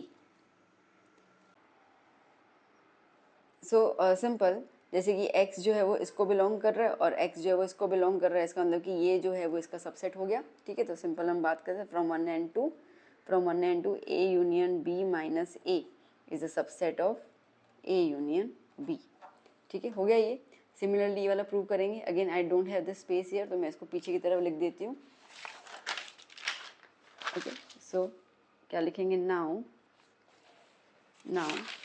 a union b is a subset of a union b minus a, ठीक है। चलो, तो अब यहाँ पे हम इसको सपोज कर लेते हैं that say y belongs to a union b, okay. So इसका मतलब क्या हो जाएगा कि y जो है वो बिलोंग कर रहा है a को और y जो है वो बिलोंग कर रहा है b को, है ना बेटा। अब इसको मैं और थोड़ा अगर अज्यूम करूँ तो मैं यहाँ पे ये बोल सकती हूँ कि y जो है वो a यूनियन b को बिलोंग कर रहा है, ठीक है। इसका मतलब है कि y जो है वो a को लाइक वाई जो है वो ए का मेंबर हो सकता है, ठीक है, या तो वाई जो है वो बी का मेंबर हो सकता है। साथ साथ में ऐसा भी हो सकता है, यहाँ पर ऐसा भी हो सकता है कि वाई जो है वो ए का मेंबर हो और वाई जो है वो ए का मेंबर नहीं भी हो, ये भी चांस हो सकता है, लाइक उसका मेंबर हो भी हो नहीं भी हो, ठीक है, ये भी पॉइंट आ सकता है। तो यहाँ पे y बिलोंग्स टू ए और y बिलोंग्स टू ए दोनों चीज़ें आप कॉमन देख पा रहे हो, तो मैं y बिलोंग्स टू ए को कॉमन ले लेती हूँ। क्या बचा मेरे पास, ठीक है, अब ये और की साइन है, तो और की साइन आप यहीं पे रहने दो। क्या हो जाएगा, y belongs to b and y does not belongs to a, so therefore y belongs to a। और देखो y b को बिलोंग कर रहा है, a को बिलोंग नहीं कर रहा है, इसका मतलब कि y belongs to b minus A हुआ, ठीक है। अब और का मतलब क्या होता है, यूनियन, तो इसका मतलब कि y जो है वो बिलोंग कर रहा है a को यूनियन b माइनस ए को। आ गया। तो देखो हम क्या सपोज कर रहे थे कि y जो है वो a यूनियन b को बिलोंग कर रहा है। अब इसकी चलते चलते हम लोग यहाँ तक पहुँच गए, सो this indicates again from 1 and 2, ये इंडिकेट कर रहा है यहाँ पर कि a यूनियन b जो है वो सबसेट है किसका, a यूनियन b माइनस ए का, ठीक है। तो ये जो हमें प्रूव करना था सबसेट वाला, वो प्रूव हो गया। सो देखो यहाँ पर, ठीक है, तो एक तो ये हमारा केस 1 आ गया, ये वाला सबसेट, इसको प्रूव कर लिया। तो बाय 1 एंड 2 हम ये चीज़ इक्वल बोल सकते हैं, ठीक है। सो बाय 1 एंड 2 हम इसको इक्वल बता सकते हैं। ये रहा हमारा 1 पोर्शन और ये रहा हमारा 2 पोर्शन, ठीक है। So from 1 and 2 a union b minus a is equals to a union b, proved, ठीक है। अब बच्चों इसी चीज़ को ना मैं आपको वेन डायग्राम के थ्रू भी समझा देती हूँ, जैसे मैंने लास्ट आपको 4th क्वेश्चन कैसे करवाया था वेन डायग्राम के थ्रू, ठीक है, ये वाला भी। तो क्या वेन डायग्राम के थ्रू समझना थोड़ा सा आसान होता है, तो मैं इसको लिख देती हूँ यहाँ पर, मेरे को सिर्फ 1 मिनट दो। मेन बात यहाँ पे समझने की है, ठीक है, तो मैं आपको अच्छे समझाऊँ ना तो मुझे भी सेटिस्फेक्शन हो जाए। अगर आपको वेन डायग्राम के थ्रू रिप्रेजेंट करने के लिए है तो बड़ा आसान है, फिर तो कोई टेंशन ही नहीं है, ठीक है। अब जैसे कि फर्स्ट वाला ले लेती हूँ मैं, फर्स्ट वाले के लिए ध्यान दे देना। ओके, ये हो गया यूनिवर्सल सेट। अब यहाँ पे ए और बी की बात हो रही है, ये हुआ ए और बी, ठीक है। अब देखो अच्छे से देखना इस चीज़ को ध्यान से, ये है ए और ये है बी, क्या दिया हुआ है, A intersection B. A intersection B मतलब कि ये वाला पोर्शन, ये तो आपको पता ही है, ये है ए इंटरसेक्शन बी। यूनियन करना है किसके साथ, ए माइनस बी के साथ, किसके साथ, ए माइनस बी के साथ। अब आपको पता है कि ए माइनस बी मतलब क्या होता है कि सिर्फ ए पोर्शन, ठीक है, सिर्फ ए पोर्शन, ओके। तो इन दोनों का क्या करना है, यूनियन मतलब क्या, यूनियन का मतलब क्या होता है, मर्ज कर देना, है ना। यूनियन का मतलब क्या होता है, मर्ज कर देना।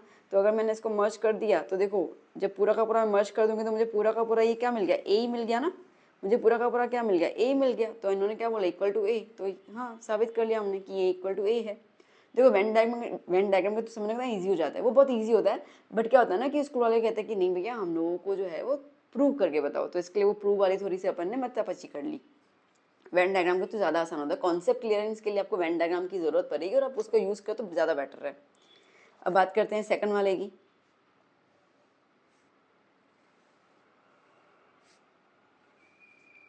सेकंड वाला, ठीक है। अब सेकंड में क्या बोल रहा है, ए यूनियन बी माइनस ए। चलो पहले मैं इसको दो गोले बना दूं,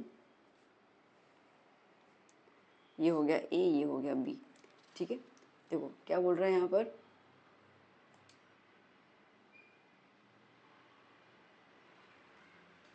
क्या बोल रहे हैं यहाँ पे, ए यूनियन बी माइनस ए। तो पहले बी माइनस ए क्या है, तो आपके सामने है कि बी माइनस ए जो है वो ये वाला पोर्शन हो गया,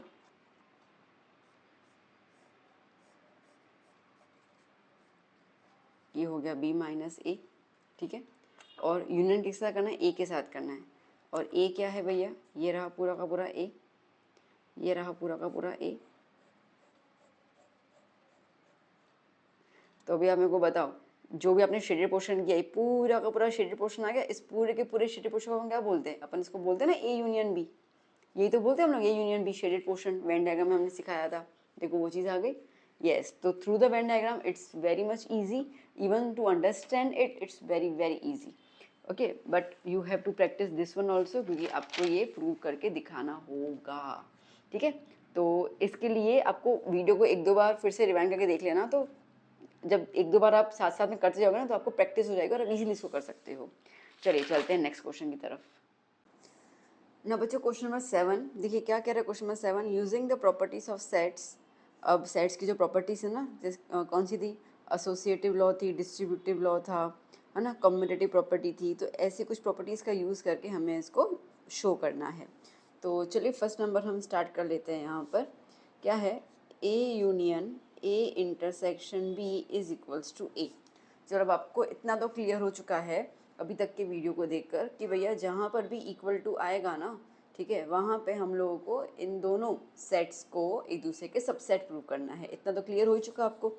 तो अब अगर मैं इसको यहाँ पे लूँ तो इसका मतलब ये कि मुझे इसके दो कैटेगरी में जाना पड़ जाएगा। केस 1 आप बोल सकते हैं इसमें, जहाँ पे आप A union A intersection B को सबसेट प्रूव करेंगे ए का, और दूसरा हो जाएगा केस 2 जिसके अंदर आप ए को सबसेट प्रूव कर लेंगे A union A intersection B का। ठीक है, तो मेन फंडा तो यही है। तो चलिए केस 1 में चल लेते हैं हम लोग। मैं एक लाइन बीच में ड्रॉ कर लेती हूँ। ओके, सो अब देखो आपको क्लियर है कि इसको मुझे इसके सबसेट प्रूव करना है। ठीक है, इसका मतलब कि मुझे एक ऐसा एलिमेंट सपोज करना होगा जो इसको बिलोंग करता है। ओके, तो मैं क्या बोलूँगी, let X belongs to A union A intersection B. Simple, इससे अपन को यहाँ तक लेके आना है। ठीक है, तो हम लोग यहाँ पे ये चीज़ बोलने वाले हैं। तो अब देखो, अगर x बिलोंग कर रहा है A union A intersection B को, इसका मतलब है कि x बिलोंग कर रहा है ए को, यूनियन का मतलब क्या हो जाता है, और हो जाता है, और x बिलोंग कर रहा है ए इंटरसेक्शन बी को। इतना क्लियर हो गया। ठीक है, अब मैं इसको और थोड़ा ओपन करूँ तो ए बिलोंग करेगा, सॉरी x बिलोंग करेगा ए को, और अब इंटरसेक्शन को हम क्या बोलते हैं, एंड बोलते हैं। इसका मतलब कि x बिलोंग कर रहा है ए को एंड x बिलोंग कर रहा है बी को। तो यहाँ पे इतना तो क्लियर हो गया कि x जो है वो a में तो अवेलेबल है ही है। ठीक है, एंड का मतलब क्या होता है, इंटरसेक्शन। इंटरसेक्शन मतलब क्या होता है कि x element a and b दोनों में मौजूद है ना। तो अगर दोनों में मौजूद है, इसका मतलब कि x जो है वो a को बिलोंग कर रहा है। तो सीधी सीधी यहाँ से बात क्लियर हो गई कि भैया x जो है वो a को बिलोंग कर रहा है, और x जो है वो इस पूरे को बिलोंग कर रहा है, मतलब कि ये इसका सबसेट कहलाएगा। ठीक है, सो आपको कुछ इसमें और कुछ करने की ज़रूरत नहीं, सिंपल आप बोल सकते हो यहाँ पे, so therefore A union A intersection B is the subset of A. Simple. ठीक है, क्योंकि यहाँ पे हम लोगों को एक्स बिलोंग ए का नज़र आ गया और कंफर्म भी हो गया। एंड के हिसाब से हम कंफर्म्ड हो चुके हैं कि एक्स जो है वो ए में मौजूद है ही। अब है तो इसका मतलब कि इसका जो एक्स एलिमेंट है वो ए में है, तो ये इसका सबसेट कहलाएगा। ठीक है, अब यहाँ पे चलते हैं केस 2 में।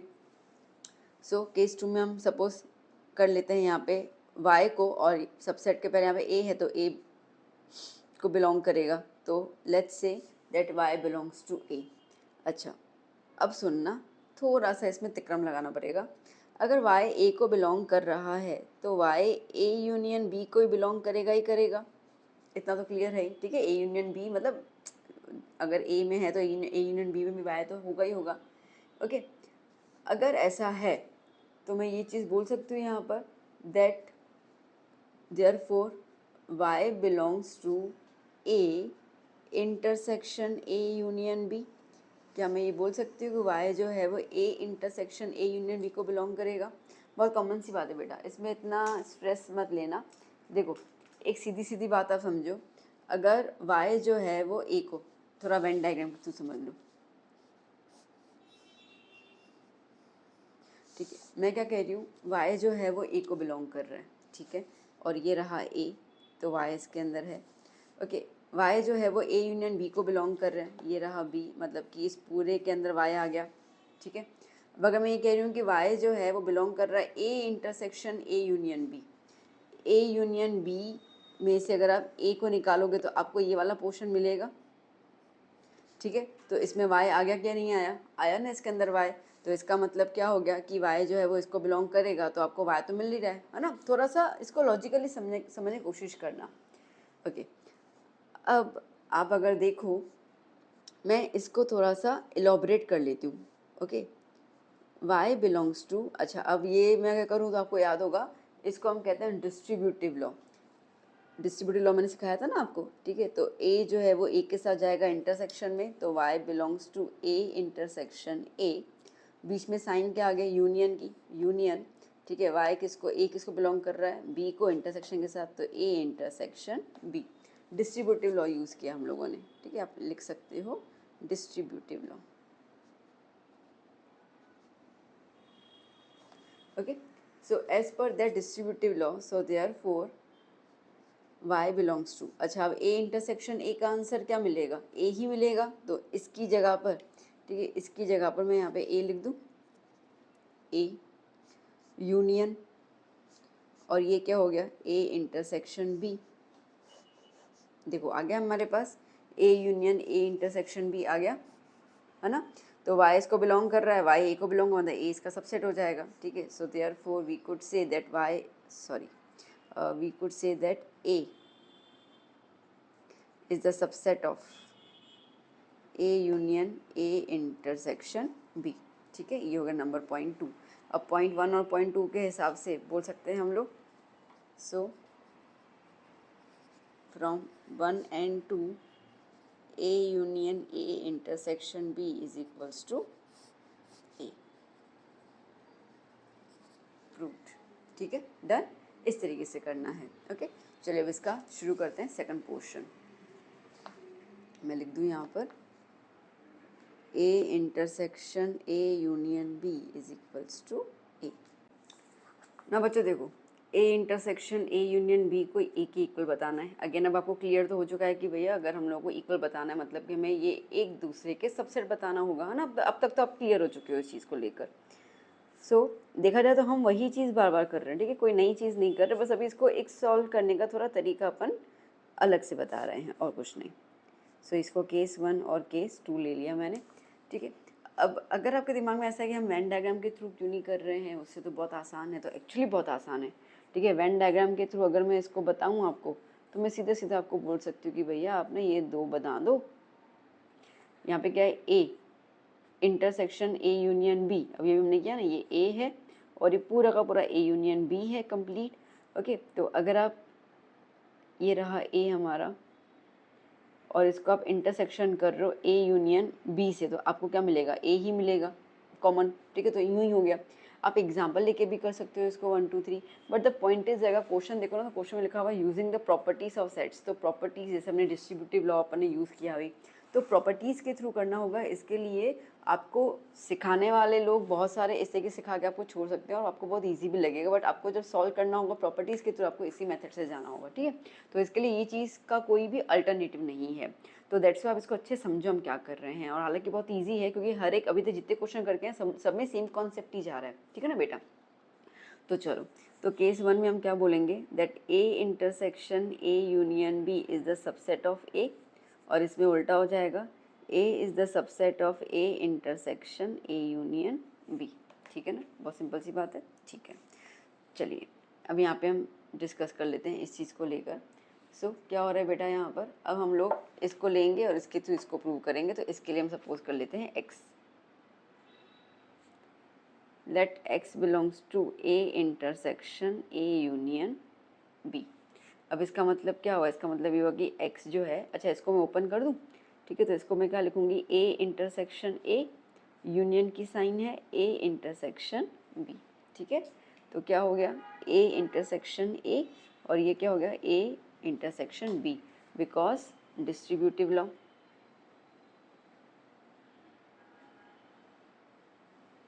है ना, ठीक है। ओके, तो अब इसको बिलोंग कर रहा है, इसका मतलब ये है कि x बिलोंग्स टू, अच्छा अब यहाँ पे आप देखो a इंटरसेक्शन a का मतलब तो a ही मिलेगा, इसका मतलब तो a ही मिलेगा, तो यहाँ पे a लिख दूँ, यूनियन a इंटरसेक्शन b, ठीक है। तो इसका मतलब ये है कि ए जो है वो बिलोंग कर रहा है, एक्स जो है वो बिलोंग कर रहा है ए को, यूनियन की जगह पे और लगा दिया, एक्स जो है वो बिलोंग कर रहा है ए को, एंड की जगह इंटरसेक्शन की जगह पे एंड लगा दिया, और एक्स जो है वो बिलोंग कर रहा है बी को। ठीक है, इतना क्लियर हो गया। अब देखो आपको क्लियर हो गया कि भैया एक्स जो है वो यूनियन के दौरान भी बिलोंग कर रहा है ए को, एक्स जो है वो इंटरसेक्शन के दौरान भी बिलोंग कर रहा है ए को, मतलब कि एक्स जो है वो ए में तो है ही है, कंफर्म हो गया। तो इसका मतलब है कि एक्स इसमें भी है और एक्स ए में भी है, तो ये इसका सबसेट कहलाएगा।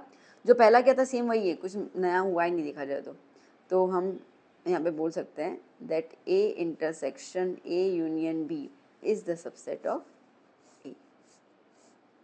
ठीक है, सिमिलरली यहाँ पे आ जाओ। सो ये हो गया इक्वेशन नंबर 1। चलो यहाँ पे आ जाओ, यहाँ पे y सपोज कर लेते हैं, let y belongs to A, same ही चीज़ कर रहे हैं हम लोग। ठीक है, so therefore y belongs to, अब ये a है और हमें इतनी सब चीज़ें चाहिए, तो पहले वाले की तरह करें। अगर y बिलोंग करेगा a को तो y बिलोंग करेगा a यूनियन b को भी, है ना, वही b चाहिए तो कुछ ना कुछ तो करना पड़ जाएगा, तो यहाँ पे a यूनियन b है वो मैंने लिख दिया। ओके, अगर y a यूनियन b को बिलोंग करेगा तो y बिलोंग करेगा a intersection a union b को भी, क्योंकि a इंटरसेक्शन a मतलब कि a आएगा और a में y है, वो हमने पहले सपोज कर लिया। तो देखो ये जो हमें चाहिए था वो तो हमें यही आ गया, उल्टा पहले वाले में थोड़ा सा तिक्रम करना पड़ गया, इसमें तो करने की ज़रूरत ही नहीं पड़ गई। ठीक है, सीधा सीधा हमारा ये वाला पॉइंट आ गया। तो y इसको बिलोंग कर रहा है, y इसको बिलोंग कर रहा है, सो देयरफॉर, सॉरी इसको 2 नहीं आएगा, so therefore a is the subset of a intersection a union b। ये हुआ नंबर 2। ठीक है, so from 1 and 2 a intersection a union b is equals to a।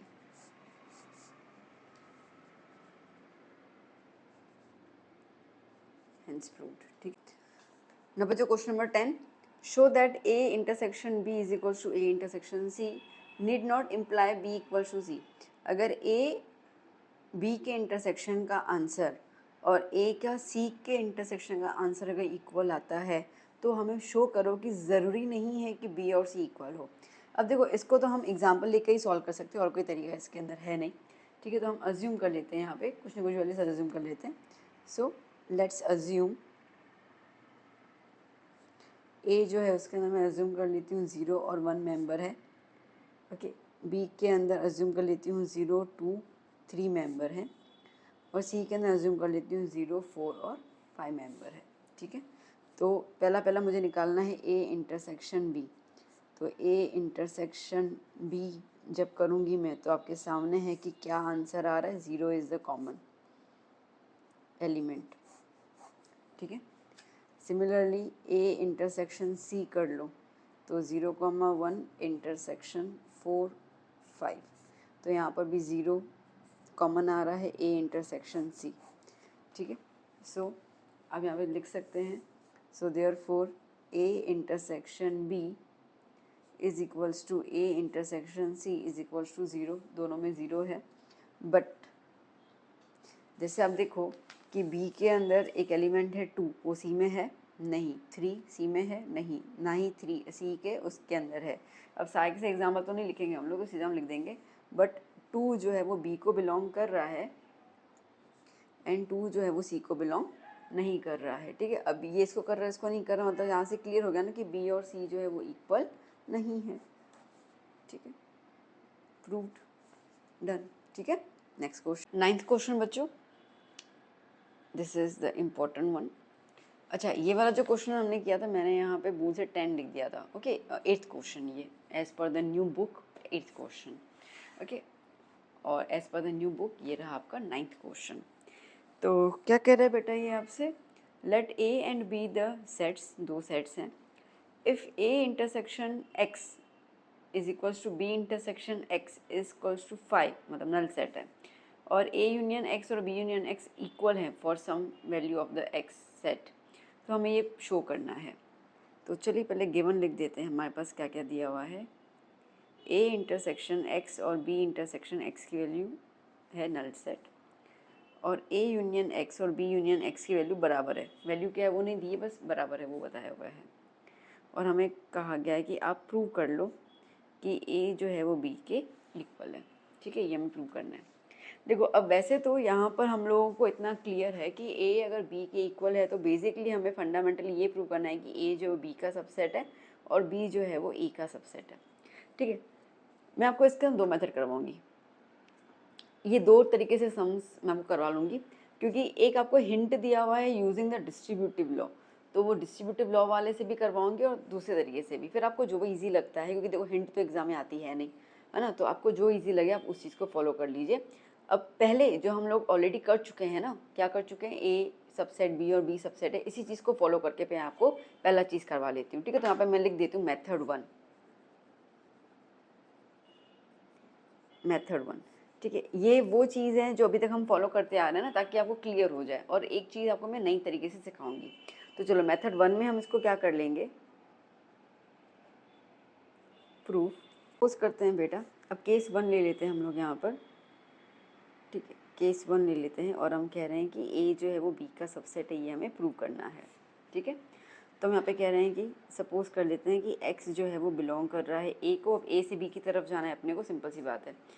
X जो है वो ए को बिलोंग कर रहा है, तो हम ये बोल सकते हैं कि एक्स जो है वो ए यूनियन एक्स को बिलोंग करेगा। अब लोग मैम ये चीज़ कहाँ से लेके आए, देखो बेटा, अब बेसिकली गिवन में देखो, गिवन में आपको एक इंटरसेक्शन पॉइंट दिया हुआ है, एक यूनियन पॉइंट दिया हुआ है। अब हमें पता है, ठीक है, यूनियन का मतलब क्या होता है कि एक्स जो है वो दोनों में, ए या तो एक्स दोनों में हो सकता है।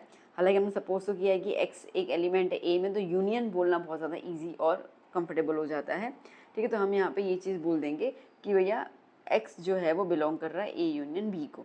अच्छा, अब ए यूनियन बी जो है वो किसकी, सॉरी, ए यूनियन एक्स जो है वो किसके बराबर है, बी यूनियन एक्स के, क्योंकि मुझे ए को बी के साथ सबसेट प्रूव करना है, तो मुझे बी तो एक सेट चाहिए ना, अभी तक तो मेरे पास बी आया ही नहीं है। So X belongs to B union X. ठीक है, बिकॉज गिवन में लिया हुआ है कि ए यूनियन एक्स और बी यूनियन एक्स दोनों बराबर हैं, तो इसके लिए मैंने यहाँ पे वो चीज़ लिख दिया। सो देयरफॉर यहाँ पे ये हो गया कि एक्स जो है वो बी को बिलोंग कर रहा है, और यूनियन है, और एक्स जो है वो एक्स को बिलोंग कर रहा है। ठीक है, इतना क्लियर है आप लोगों को।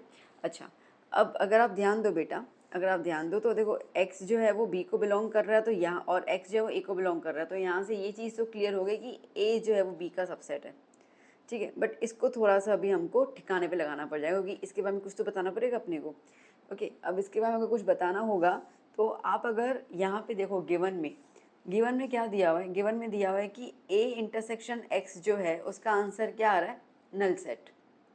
ठीक है, इसका मतलब ये है कि x का और a का कोई कॉमन एलिमेंट है ही नहीं। बात समझ में आई। सिमिलरली b इंटरसेक्शन x का आंसर क्या आ रहा है, नल सेट, मतलब कि b और x में कोई कॉमन एलिमेंट है ही नहीं। ठीक है, तो अगर हम यहाँ पे ये कह रहे हैं कि x b को बिलोंग कर रहा है, तो यहाँ पे हम यही चीज़ बोलेंगे x जो है वो x को बिलोंग नहीं कर रहा है। Okay, here x does not belongs to x because a intersection x and B intersection X is null set. Null set है, ठीक है, नल सेट का मतलब ये कि कोई भी कॉमन पॉइंट नहीं है, तो अगर एक्स ए को बिलोंग कर रहा है तो इसका मतलब कि एक्स एक्स को बिलोंग नहीं करेगा। ठीक है, अगर एक्स बी को बिलोंग कर रहा है, इसका मतलब कि एक्स जो है वो बी एक्स को बिलोंग नहीं करेगा। ठीक है, क्योंकि गिवन में दिया हुआ है, तो गिवन के कंडीशन के हिसाब से हम ये चीज़ अज्यूम कर लेते हैं। So therefore X belongs to A, okay, and नहीं, और x belongs to b। So therefore हम बोल सकते हैं that a is the subset of b। ठीक है, from this point to this point हम बोल सकते हैं a is subset of b। Clear हो गया। अब हमें प्रूव करना होगा b is the subset of a। Similar तरीके से कर लेते हैं। Let me turn the page.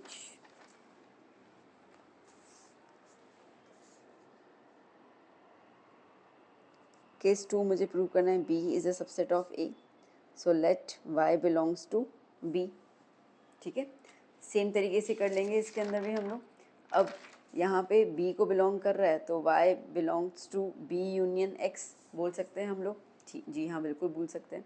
Okay, तो इसका मतलब ये है कि y जो है वो बिलोंग करेगा a यूनियन x को, बिकॉज b यूनियन x और a यूनियन x तो इक्वल हैं। ठीक है, क्या बोलते हो, सही है ना। उसके बाद अगर हम ये चीज़ बोल सकते हैं कि y जो है वो a को बिलोंग करेगा और y जो है वो x को बिलोंग करेगा। ठीक है, but according to the question A intersection x और B इंटरसेक्शन x का आंसर आ रहा है null set. So therefore it indicates that y does not belongs to x. y जो है वो x को बिलोंग नहीं कर रहा है. तो यहीं पे क्लियर हो गया y x को बिलोंग नहीं कर रहा है. So therefore B is the subset of A. ठीक है, इसके थ्रू और इसके तुमने बोल दिया B जो है सबसेट है A का. So from 1 and 2 A is equals to B. Okay, हो गया प्रूव. ये उस तरीके से किया जो अभी तक अपन सम करके आए हैं, और इसमें हमने देखा मैंने कहीं पे भी डिस्ट्रीब्यूटिव लॉ जो है वो नहीं लगाया है ना. अब बहुत से बच्चे मुझे कहेंगे कि मैम स्कूल में तो मैं डिस्ट्रीब्यूटिव के थ्रू करवाया है, ये वो सही, ये भी है, हिंट दिया हुआ है, इसके लिए मैं आपको मेथड नंबर 2 करवा रही हूँ जो आपका रहेगा डिस्ट्रीब्यूटिव के हिसाब से. ठीक है, तो उसके बाद आप देखो गलत कुछ भी नहीं है बेटा, ये चीज़ समझ लेना, गलत कुछ भी नहीं है. बहुत सारे टीचर्स इनको फॉलो करेंगे, एग्जाम में हिंट नहीं दिया होता तो we can follow this method also. तो उसके बाद आपको जो इजी लगे आप उस चीज़ को फॉलो कर लीजिए. तो मैं शुरू करती हूँ method number 2. Okay, so question number 9 का मेथड 2. देखो बेटा, अब यहाँ पर ना मैं एक चीज़ को सपोज कर रही हूँ. मतलब कैसे सपोज कर रही हूँ, मैं ये कह रही हूँ कि लेट से ए जो है वो बराबर है A intersection A union x के. अब लोग मैम ये चीज़ कैसे लिख दी आपने. देखो थोड़ा सा इसमें आपको ध्यान देना पड़ेगा. हम लोगों ने ये वाला क्वेश्चन सॉल्व किया था, 9th question using the properties. अच्छा, उसमें क्या था कि ए जो है वो बराबर है A intersection A union B के, या तो A union A intersection B के, दोनों में से किसी एक चीज़ को अपन ए के बराबर बोल सकते हैं. ठीक है, अब मैंने यहाँ पे क्या लिखा हुआ है, मैंने यहाँ पे ये वाला लिख दिया A intersection A union B, क्योंकि मुझे गिवन में दिया हुआ है कि अब बी तो नहीं बट एक्स दिया हुआ है मुझे गिवन में, तो इसके लिए मैंने ए इंटरसेक्शन ए यूनियन एक्स के बराबर क्या लिख दिया, मैंने ए लिख दिया. ठीक है, तो इसी यही प्रॉपर्टी बी की जगह अपन ने यहाँ पे एक्स लगा दिया है. तो अपन को इतना तो क्लियर हो गया कि ए किसी के साथ भी यूनियन करे और अगर इंटरसेक्शन करेंगे हम ए के साथ, तो हमें आंसर क्या मिलेगा, ए मिलेगा, है ना. वेन डायग्राम तो क्लियर है ना आपको, वेन डायग्राम तो क्लियर है ही ना आपको बेटा. ठीक है, कि यहाँ पे अगर हम बात करते हैं ए और एक्स की बात करते हैं हम लोग. ठीक है, तो अगर ए यूनियन एक्स है, ए यूनियन एक्स है, उसमें से आप ए को निकालोगे तो आपको इंटरसेक्शन में तो ए ही मिलने वाला, कॉमन तो ए ही मिलेगा, है ना. तो बस वही चीज़ को लेकर, तो यहाँ पे बी की जगह हम लोग एक्स बोल रहे हैं बिकॉज गिवन में हमें एक सेट दिया हुआ है एक्स, दैट सेट. तो ये चीज़ को आपको रखना है. So therefore A is equals to A intersection B union X लिख दूँ. क्यों, बिकॉज ए यूनियन एक्स और बी यूनियन एक्स तो इक्वल है, क्वेश्चन में दिया हुआ था गिवन, है ना, क्लियर है ना वो चीज़ को. तो A intersection B union X हो गया. अब मैं इसको ओपन अप कर लेती हूँ. तो ए इज इक्वल्स टू ये, अच्छा जब भी आपको इंटरसेक्शन यूनियन दिखे मतलब याद करना डिस्ट्रीब्यूटिव लॉ. तो ए इंटरसेक्शन बी फिर क्या होगा, यूनियन ए इंटरसेक्शन एक्स, है ना, because distributive law. Okay, so therefore A is equals to A intersection B union. अच्छा, A intersection X null set है क्वेश्चन के अंदर, देख लो क्वेश्चन देखो, A intersection X null set हुआ, तो मैंने इसकी जगह पे नल सेट लिख दिया. ठीक है, तो नल सेट हो गया. अब आप बताओ नल सेट के साथ यूनियन करोगे तो आंसर तो ए इंटरसेक्शन बी आने वाला है. तो ए इज इक्वल्स टू क्या आया, ए इंटरसेक्शन बी, मतलब ए की जो वैल्यू आई है वो क्या आई, ए इंटरसेक्शन बी आई. ठीक है, सिंपल सी बात है. अब सिमिलरली हम शुरू करेंगे बी के साथ. So now B is equals to B intersection B union X, same. ठीक है, यहाँ पे ए को लिया था, अब मैं यहाँ पे बी को ले रही हूँ, कोई नई बात नहीं कर रही मैं. So therefore B is equals to B intersection, यहाँ पे ए यूनियन एक्स लिख दूँ again because A union X is equals to B union X. So therefore B is equals to, अब कर लो डिस्ट्रीब्यूटिव लॉ के हिसाब से, B intersection A union B intersection X. ठीक है, because distributive law. So therefore B is equals to B intersection A को मैं ए इंटरसेक्शन बी लिख दूँ, क्या ही फ़र्क पड़ता है. यूनियन बी इंटरसेक्शन एक्स तो नल सेट है because given, so therefore B is equals to A intersection B. अब इक्वेशन 1 देखो, इक्वेशन 1 में आपको क्या मिला है, A is equals to A intersection B, इसमें भी क्या मिला है, ए इंटरसेक्शन बी, मतलब दोनों का राइट हैंड साइड इक्वल है, दोनों का लेफ्ट हैंड साइड भी इक्वल हो जाएगा, ठीक है। So from 1 and 2 a is equals to b, okay, proved. Clear हुआ बेटा? तो ये हुआ आपका डिस्ट्रीब्यूटिव के हिसाब से जो आपको हिंट दी हुई है, और ये हम लोगों ने किया जो अभी तक हम लॉजिकली, ठीक है, जो भी हम लोग x को और y को सपोज करते हुए आ रहे थे, तो वो वाले मेथड से।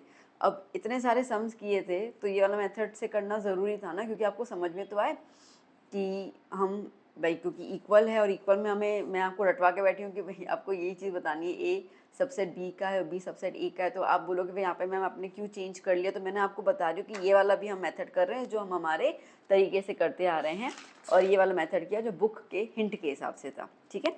तो चलो अभी चलते हैं अपन नेक्स्ट क्वेश्चन की तरफ, which is considered as the,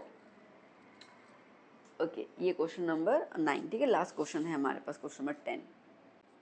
देखो बेटा question number 10, find sets A B C such that A intersection B, B intersection C and A intersection C are non empty sets, but इन तीनों का intersection करेंगे हम, A intersection B intersection C, हमें क्या मिलेगा, नल सेट मिलेगा। तो हमें ए बी सी ऐसे कुछ सेट्स अज्यूम करने होंगे जहाँ पे इनका इंटरसेक्शन में कोई ना कोई वैल्यू तो आए, बट इन तीनों का इंटरसेक्शन करो तो कोई वैल्यू ना आए, ठीक है। तो खैर अजम्पशन की बात है, तो हम यहाँ पे अज्यूम कर लेते हैं।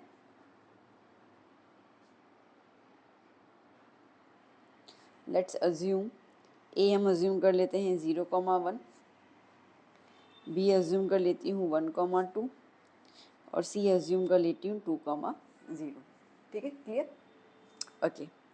So therefore according to the question A intersection B करूँ मैं तो 0,1 इंटरसेक्शन 1,2, तो क्या आंसर आएगा, 1 आंसर आएगा,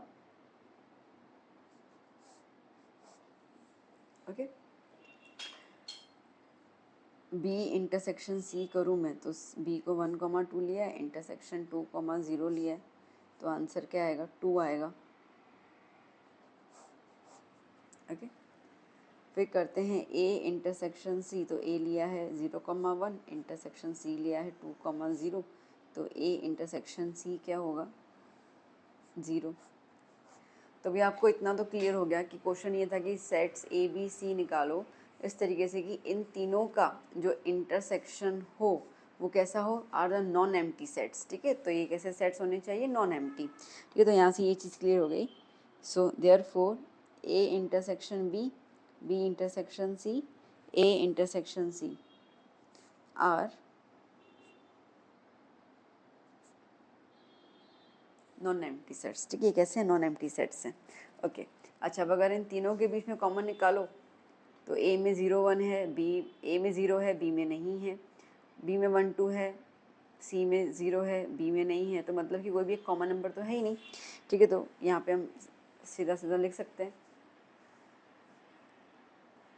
hence we get A intersection B intersection C is equals to null set, ठीक है। कुछ अपने को आंसर मिला ही नहीं। तो बच्चों आपने देख लिया, पूरा एक्सरसाइज हमने कंप्लीट कर लिया है। वीडियो थोड़ा लंबा बन चुका है, आई नो, बट मुझे हर एक चीज़ समझानी थी, इसके लिए थोड़ा लेंथ जो होता है, अगर हम डीपली एक्सप्लेन करते हो थोड़ा टाइम तो कंज्यूम होता ही है, बट आप अगर इसको 1.5x पे कर लेंगे तो आपका टाइम तो रिड्यूस हो जाएगा, आपको समझ में आ जाएगा, तो आप वो चीज़ कर सकते हैं, नो डाउट। एंड यहाँ पे हमारा एक्सरसाइज कंप्लीट हो चुका है, तो बाय दैट हमारा चैप्टर भी कंप्लीट हो चुका है। तो आई होप आपको समझ में आया होगा, अच्छे से आपने हर एक चीज़ को लिखा होगा और समझा होगा। तो चलिए बच्चों, वीडियो कैसा लगा ज़रूर बताइएगा। Do share this video with your friends. अब हम चलेंगे नेक्स्ट चैप्टर की तरफ और वहाँ पे हम नए कॉन्सेप्ट्स की तैयारी करेंगे और सीखेंगे। सो अपना ध्यान रखिए, पढ़ते रहिए, हार्डवर्क कीजिए। Bye bye, take care.